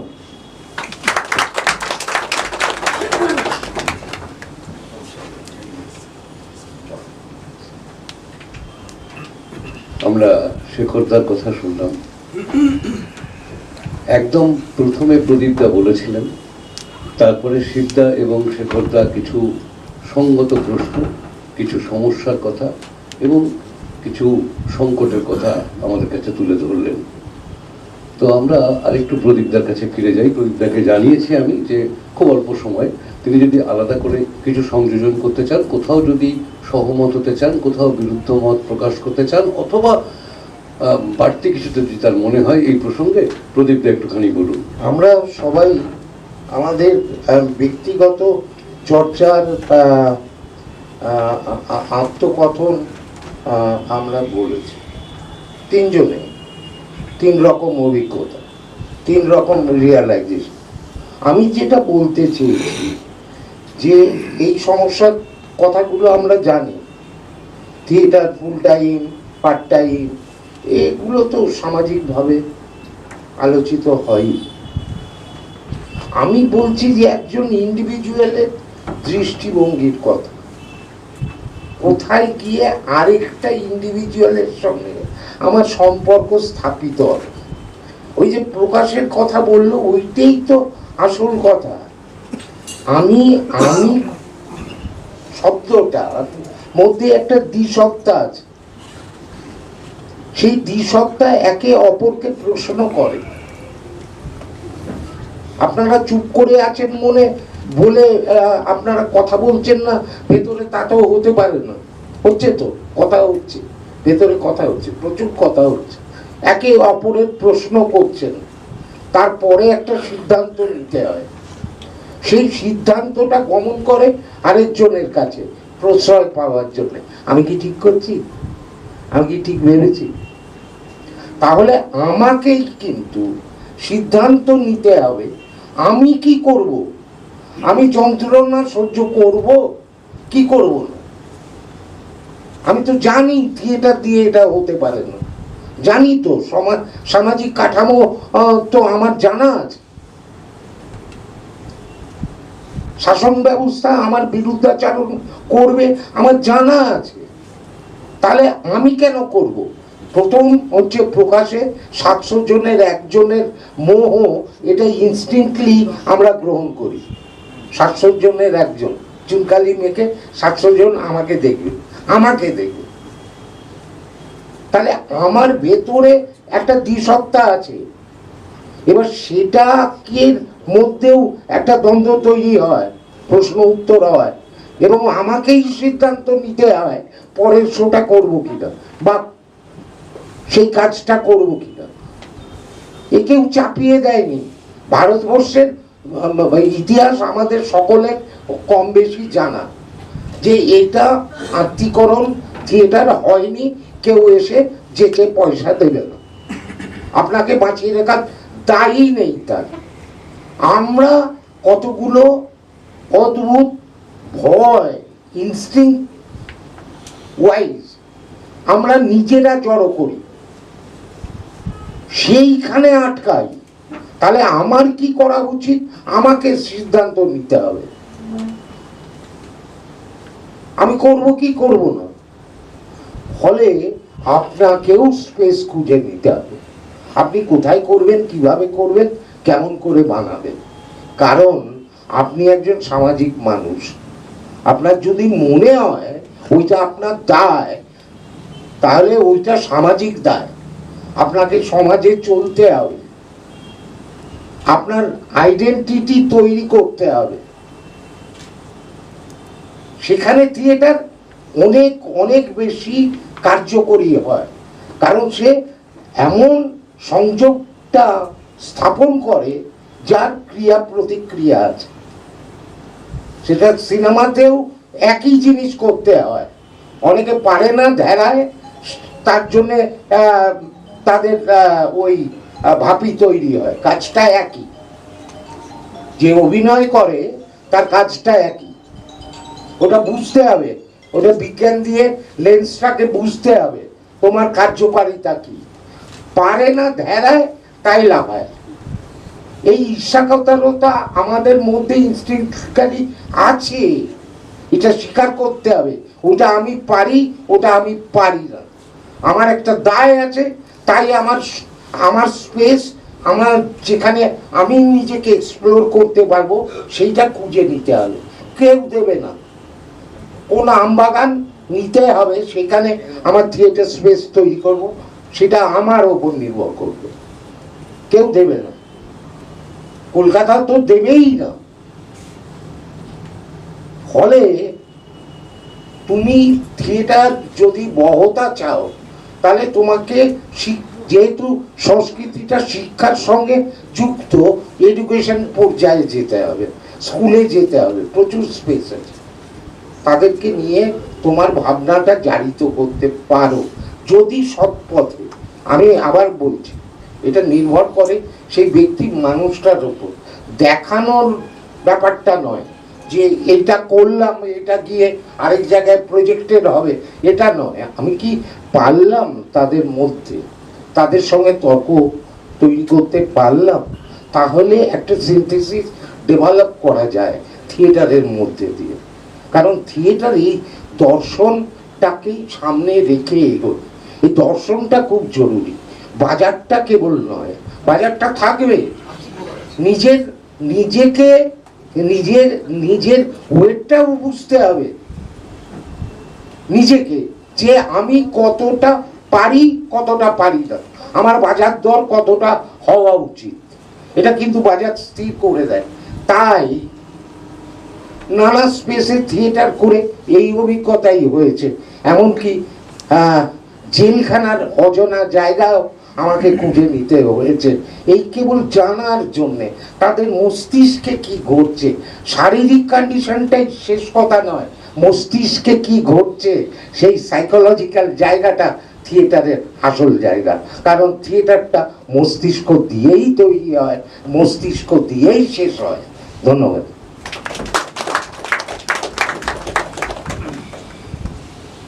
প্রদীপদা যেহেতু একদম প্রথমে বলেছিলেন, তাই বাকি দুজনের কথা সূত্র ধরে তার কিছু বলার ছিল সেটা তিনি বললেন। আমাদের হাতে খুব বেশি সময় নেই। শিবদা আর শেখরদা এই প্রসঙ্গে আর কিছু বলতে চান না, জানিয়েছেন। দুজনেই জানিয়েছেন যে আর কিছু বলতে চাইছেন না, কিন্তু যারা এতক্ষণ ধরে আমরা শুনলাম, আমাদের মধ্যে যদি কোনো প্রশ্ন থাকে তো তিনজন আলোচক আমাদের মধ্যে রয়েছেন, তারা সেটা উত্তর দেওয়ার নিশ্চয়ই চেষ্টা করবেন। যদি কেউ কোনো প্রশ্ন করতে চান, খুব বেশি সময় কিন্তু আমাদের হাতে নেই, আমরা চেষ্টা করছি 10-15 মিনিটের মধ্যে পুরো ব্যাপারটাকে গুলিয়ে ফেলতে। হ্যাঁ, বলুন। আমি একজন ইউনিটি বাণিজ্য নাট্যকর্মী। আমার প্রশ্নটা শিবদার কাছে। শিবদার কাছে আমার প্রশ্ন। আমিও দীর্ঘদিন নাট্যচর্চার সঙ্গে রয়েছি। ঠিকই বলেছেন যে একটা গতানুগতিক পদ্ধতির মধ্যে দিয়ে আমরা নাট্যচর্চা করে আসছি। এখানে একটা আধুনিক বিজ্ঞানসম্মত পদ্ধতি চালু করা দরকার। এই আধুনিক বিজ্ঞানসম্মত পদ্ধতি সম্পর্কে হয়তো এই স্বল্প পরিসরে বিস্তারিত ব্যাখ্যা করা সম্ভব নয়, তবুও যদি একটু সামান্য আলোকপাত করেন শিবদা, তাহলে হয়তো আমরা একটু উপকৃত হব। আপনার নামটা একটু বলুন। আমার নাম নিত্যানন্দ পাল, আমি ইউনিটি বাণিজ্যের একজন নাট্যকর্মী। ঠিক আছে, আমার খুব সংক্ষেপে বলার কথা এই যে এই কথাগুলো আসলে আমাদের থিয়েটারে বলা মানেই একটা অশান্তি তৈরি হয়। আমি সেই অশান্তিটা জেনে শুনেই করছি, কারণ আমাদের সত্যি কথা বলছি যে বিশ্বাস ভিত্তিক জ্ঞান, দুরকম তো জ্ঞানের পদ্ধতি, যে বিশ্বাস ভিত্তিক, যে তুই ধ্যান কর, চরিত্রটা দেখবি ঢুকে যাবে, এই তো আমাদের বড়রা শিখিয়েছে, তুই একটু গলাটা স্বাদ, এগুলো কিন্তু আমি বিশ্বাস করে নিয়েছি, করেছি, প্র্যাকটিস করেছি, 6 ঘন্টা আবৃত্তি করেছি, হারমোনিয়ামে করেছি, আমি ব্যায়াম করেছি, তারপরে দেখি যে ডায়েট করছি, এসব করছি। এগুলো সব বিশ্বাস ভিত্তিক, যেটা আমাদের দেশও এখন চাইছে, বিশ্বাস ভিত্তিক জ্ঞান। কিন্তু বিজ্ঞানটা হচ্ছে সেইটা যেটা কোনো একটা, যেমন আমি বলছি, কোনো একজন বিদেশি মানে পিটার বুক তাকে অভিনেতার গুরু হিসাবেই একসময় মনে করেছিলেন, আমি নাম বলবো না, যারা জানেন তারা জানেন। তিনি বললেন যে আরে আমি না দেখতাম যে আমাদের ওখানে তো ড্রামা স্কুলে না পড়লে তো কেউ ড্রামার চান্স পায় না, আমাদের স্কুলই নেই, সবাইকেই ড্রামা স্কুলে পড়তে হয়।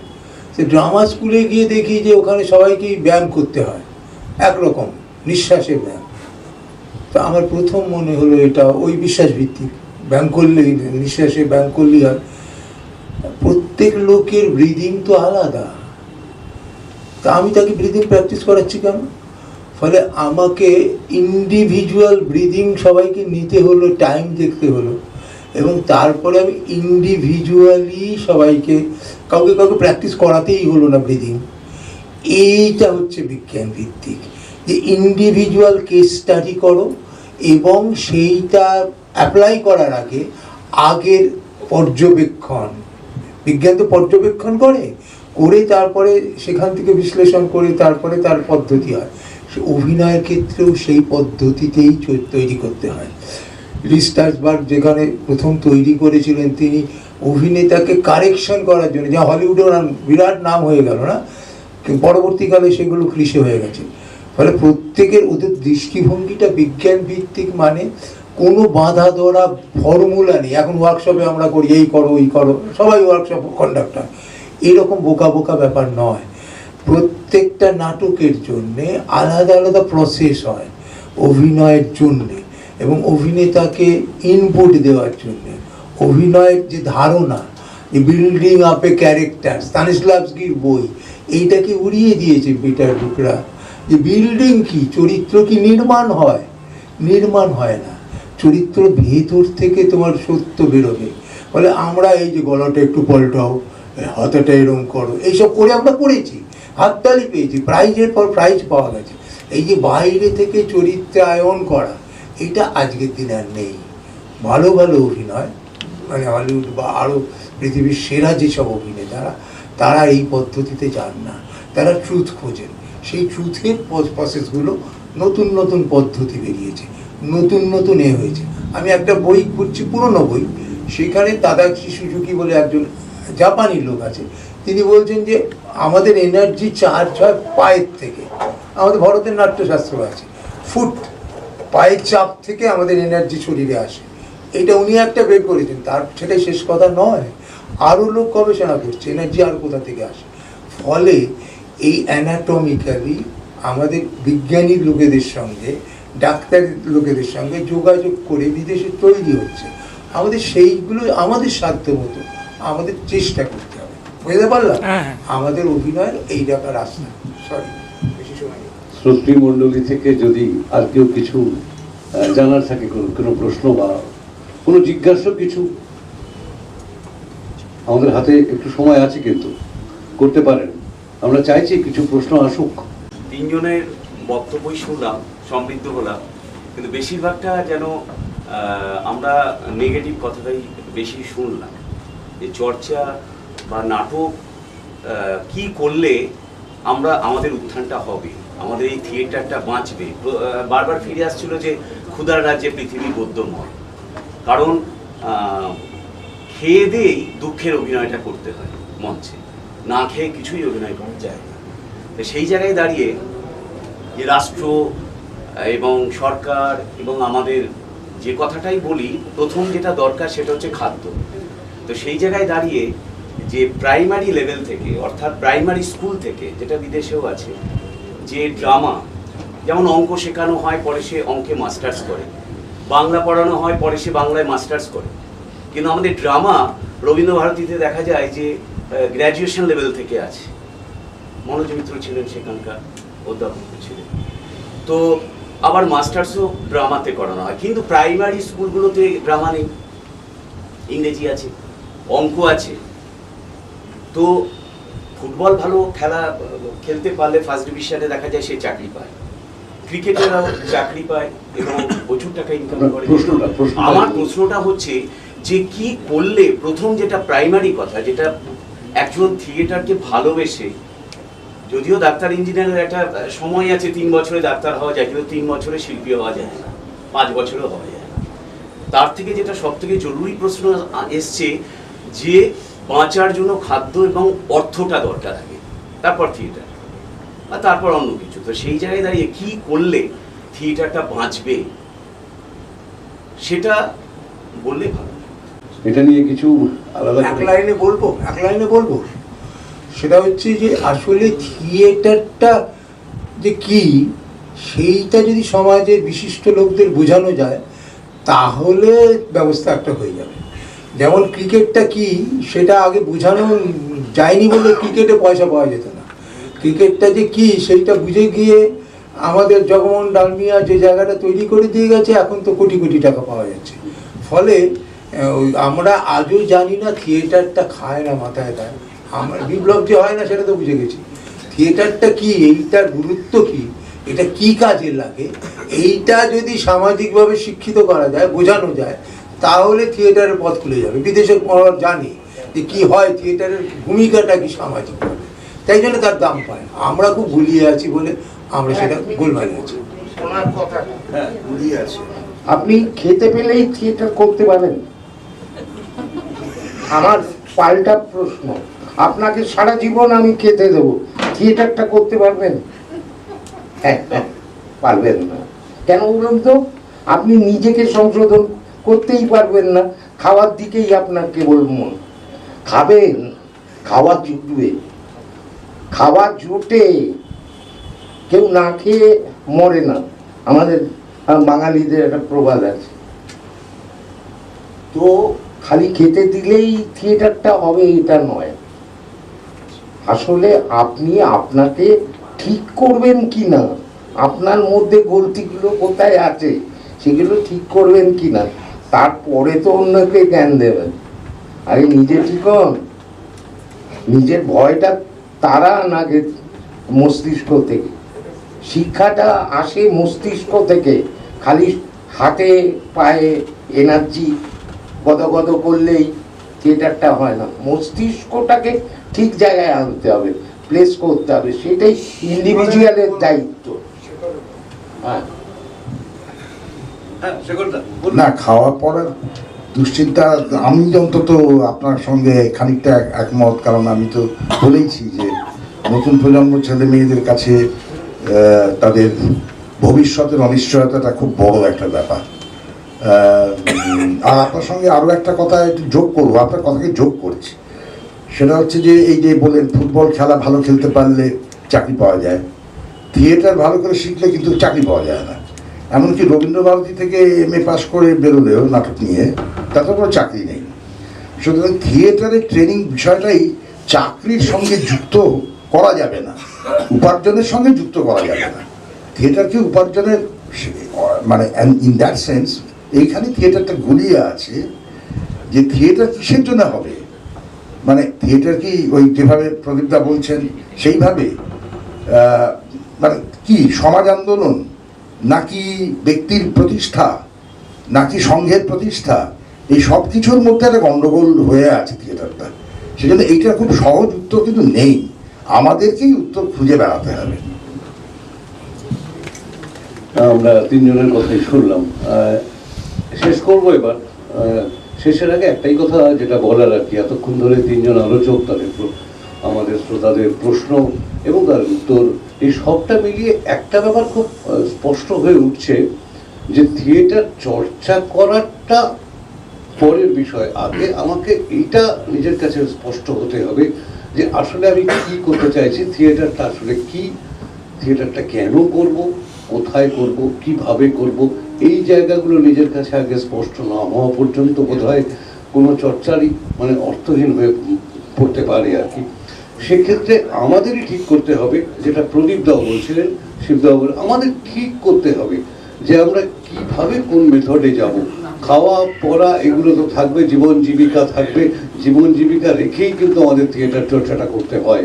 প্রত্যেককেই তার জীবিকা এক পাশে রেখে থিয়েটার চর্চা করতে হয়।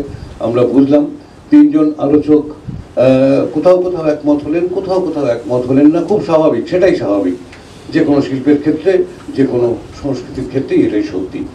তো আমরা তিনজন আলোচককে আমি ব্যক্তিগতভাবে আমার তরফ থেকে, ইউনিটি বাংলাদেশের তরফ থেকে আন্তরিক ধন্যবাদ জ্ঞাপন করি। অমূল্য সময় তারা আমাদের দিলেন। আর শেষ করব আমি, তার আগে ইউনিটি বাংলাদেশের মূল সঞ্চালক আজকের, তার কাছে মাইক্রোফোন দিয়ে দেব পুরো অনুষ্ঠান সামাপ করে সমাপ্তি ঘোষণা করার জন্য।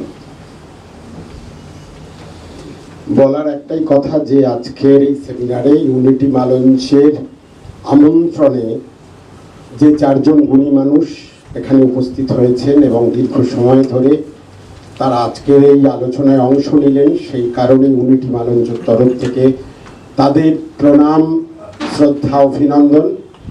এবং সঙ্গে সঙ্গে আজকে এত মানুষ আমাদের ডাকে আপনারা উপস্থিত হয়েছেন, পেছনে দাঁড়িয়ে অনেক মানুষ শুনছেন, এত আসন নেই, শুধুমাত্র হালিশহর নৈহাটি তো নয়, এখানে উপস্থিত হয়েছেন শান্তিপুর, বগুলা, চন্দননগর, চাকদাহ, ব্যারাকপুর, নৈহাটি, হালিশহর, শ্যামনগর তো আছেনই। ফলে এটা ইছাপুর থেকে এসছেন, সবটা মিলে আমাদের কাছে খুব আনন্দের বিষয়। মদনপুর থেকেও এসছেন বিভিন্ন নাট্য দলের পরিচালক, অভিনেতা, অভিনেত্রীরা, তাদেরকেও অনেক অনেক অভিনন্দন, শুভেচ্ছা জানাচ্ছি। আজকের আলোচনার অনেক ইতিবাচক, নেতিবাচক সমস্ত কথাই হয়েছে। আমি একটি সংবাদ আপনাদের দিতে চাই অনেক হতাশার মধ্যে, যে ইউনিটি মালঞ্চ বিনোদিনী মঞ্চ নামক একটি মঞ্চ 2007 সালে মুক্ত মঞ্চ হিসেবে প্রতিষ্ঠা পেয়েছিল এবং সেটা উদ্বোধন করেছিলেন অভিনেত্রী শোভা সেন। তারপরে দীর্ঘ সময় গেছে, আমাদের মূল লক্ষ্য ছিল এটাকে একটি অডিটোরিয়াম তৈরি করার। তো এটি বছর দেড়েক ধরে কাজ চলছে। ইউনিটি মালঞ্চর 43 বছরের প্রতিযোগিতা মঞ্চের এবং আমন্ত্রিত শোয়ের যে অর্থ, যেগুলোকে আমরা সেই সময় ফিক্সড করেছিলাম, সেই অর্থ, তারও পরিমাণ খুব খারাপ নয়।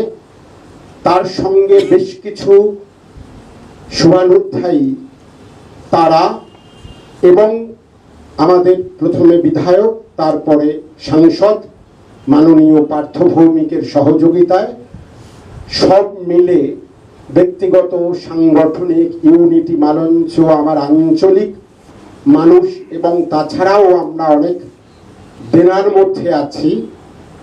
220 আসন বিশিষ্ট শীততাপ নিয়ন্ত্রিত 3টে গ্রিন রুম, একটি টিকিট কাউন্টার, একটা টি স্টল আর 30 জন থাকার একটি ডরমেটরি আর তার সঙ্গে এক্সিবিশনের জন্য দুটো বারান্দা করা হয়েছে, যা 2025 সালেই উদ্বোধন হবে। ফলে এই চতুর্দিকে হতাশার মাঝখানে প্রচুর আমরা এখন থিয়েটার করতে করতে তো থিয়েটার যতটা না করছি তার থেকে বেশি চাইছি, এত চাইছি থিয়েটারের থেকে। এবং আমার দলে 30 জন মানুষ কাজ করেন এখনো পর্যন্ত, কিছু নিয়মিত আবার কিছু আসা যাওয়া করেন। তো প্রত্যেকের এই যে অর্থের কথা প্রণব বলল, বিশিষ্ট আবৃত্তিকার, সেই জায়গা থেকে যাকে যে ছেলেটি কথা বলতে পারতো না তাকে আমরা 1500, 2500, 5000 এবং কেন্দ্রীয় সরকারের যে গ্র্যান্ট 6000ও দিলাম, কিন্তু তা দিয়েও তাকে খুশি করা যাচ্ছে না, যেখানে থিয়েটার থেকে অর্থ পাওয়ার কথাই নয়। ফলে আমি যদি ভেবে ফেলি যে থিয়েটার থেকে আমি অর্থনৈতিক জায়গা থেকে খুব স্বাবলম্বী হব, তাহলে সেটা সম্ভব নয়। আমরা চাকরি বাকরি করিনি, অন্যরকম করে আমরা পারিবারিক আত্মীয় স্বজনের ভালোবাসায় টিকে আছি, বেঁচে আছি, কিন্তু এতটুকু হতাশ নই। জীবনের অর্ধেক সময় পার করে ফেলেছি, বিশ্বাস বাকি সময়টা পার করে ফেলবো। আমাদের এই মঞ্চের উদ্বোধন হবে, এখনো যথেষ্ট আনন্দ সহকারে থিয়েটার করতে পারি, কারণ থিয়েটারের থেকে আমার খুব বেশি প্রত্যাশা নেই। কারণ আমি গ্রাম মফস্বলে প্রতিযোগিতা মঞ্চ থেকে উঠে আসা একজন মানুষ। এখন সেই প্রতিযোগিতা থেকে ওই ঢালা পুরস্কার মানে মেডেল, তাতে খুশি ছিলাম। তারপরে কিছু অর্থ, আমরা ট্রেনে বাসে ঝুলতে ঝুলতে যেতাম, এখন টাটা সুমোয়ে যাই। এবং এখন ওই মঞ্চটি করছে বলে পয়সা বাঁচানোর জন্য আবারও ট্রেনে যাওয়া শুরু করেছি। কিন্তু সেই জায়গা থেকে থিয়েটার করে এটা বলতে পারি যে আমরা একটা চর্চার ক্ষেত্র, যে চর্চার কথা আজকে বলা হচ্ছে তার একটা ক্ষেত্র তৈরি করতে পেরেছি। কারণ এটা গোড়া থেকে ছিল যে আমরা প্রতিযোগিতা মঞ্চের লোক, তো 365 দিনের মধ্যে 210 রাত্রি আমার হাইয়েস্ট শো এক বছরে, আর 31 দিনে 46টা অভিনয়। সেই মানুষগুলো প্রতিদিন যারা থিয়েটার করতে চান, তাদের বয়স হয়ে গেলে, শারীরিক অক্ষমতা আসলে কি করে বাঁচবো? তাই আমাদের একটি মঞ্চ করা দরকার, যেখানে বৃদ্ধ বয়সেও অভিনয় করতে পারি। অভিনয় না করতে পারলে পরবর্তী প্রজন্মের ছেলেমেয়েরা অভিনয় করলে অন্তত যাতে দেখতে আসতে পারি, তার জন্য বিনোদিনী মঞ্চ। এবং এটি উদ্বোধন হবে, আপনারা সবাই জানতে পারবেন। আর আঞ্চলিক দল এবং এই মঞ্চটাতে বহু দূর থেকে, কলকাতা থেকে শপথ, সেও রিহার্সাল করতে এখানে আসেন। বেলঘড়িয়ার দল, ইছাপুরের দল, শান্তিপুরের দল, হালিশহরের দল, শ্যামনগরের দল, প্রচুর দলের চাহিদা এই মঞ্চ থেকে মেটে। আশা করি এখন এই হল কমপ্লিট হলে সবার চর্চার ক্ষেত্র হয়ে উঠবে। ফলে থিয়েটার শুরু করেছিলাম আনন্দ নিয়ে, এখনো আমি আনন্দতেই আছি। ভালো থাকবেন, শুভরাত্রি।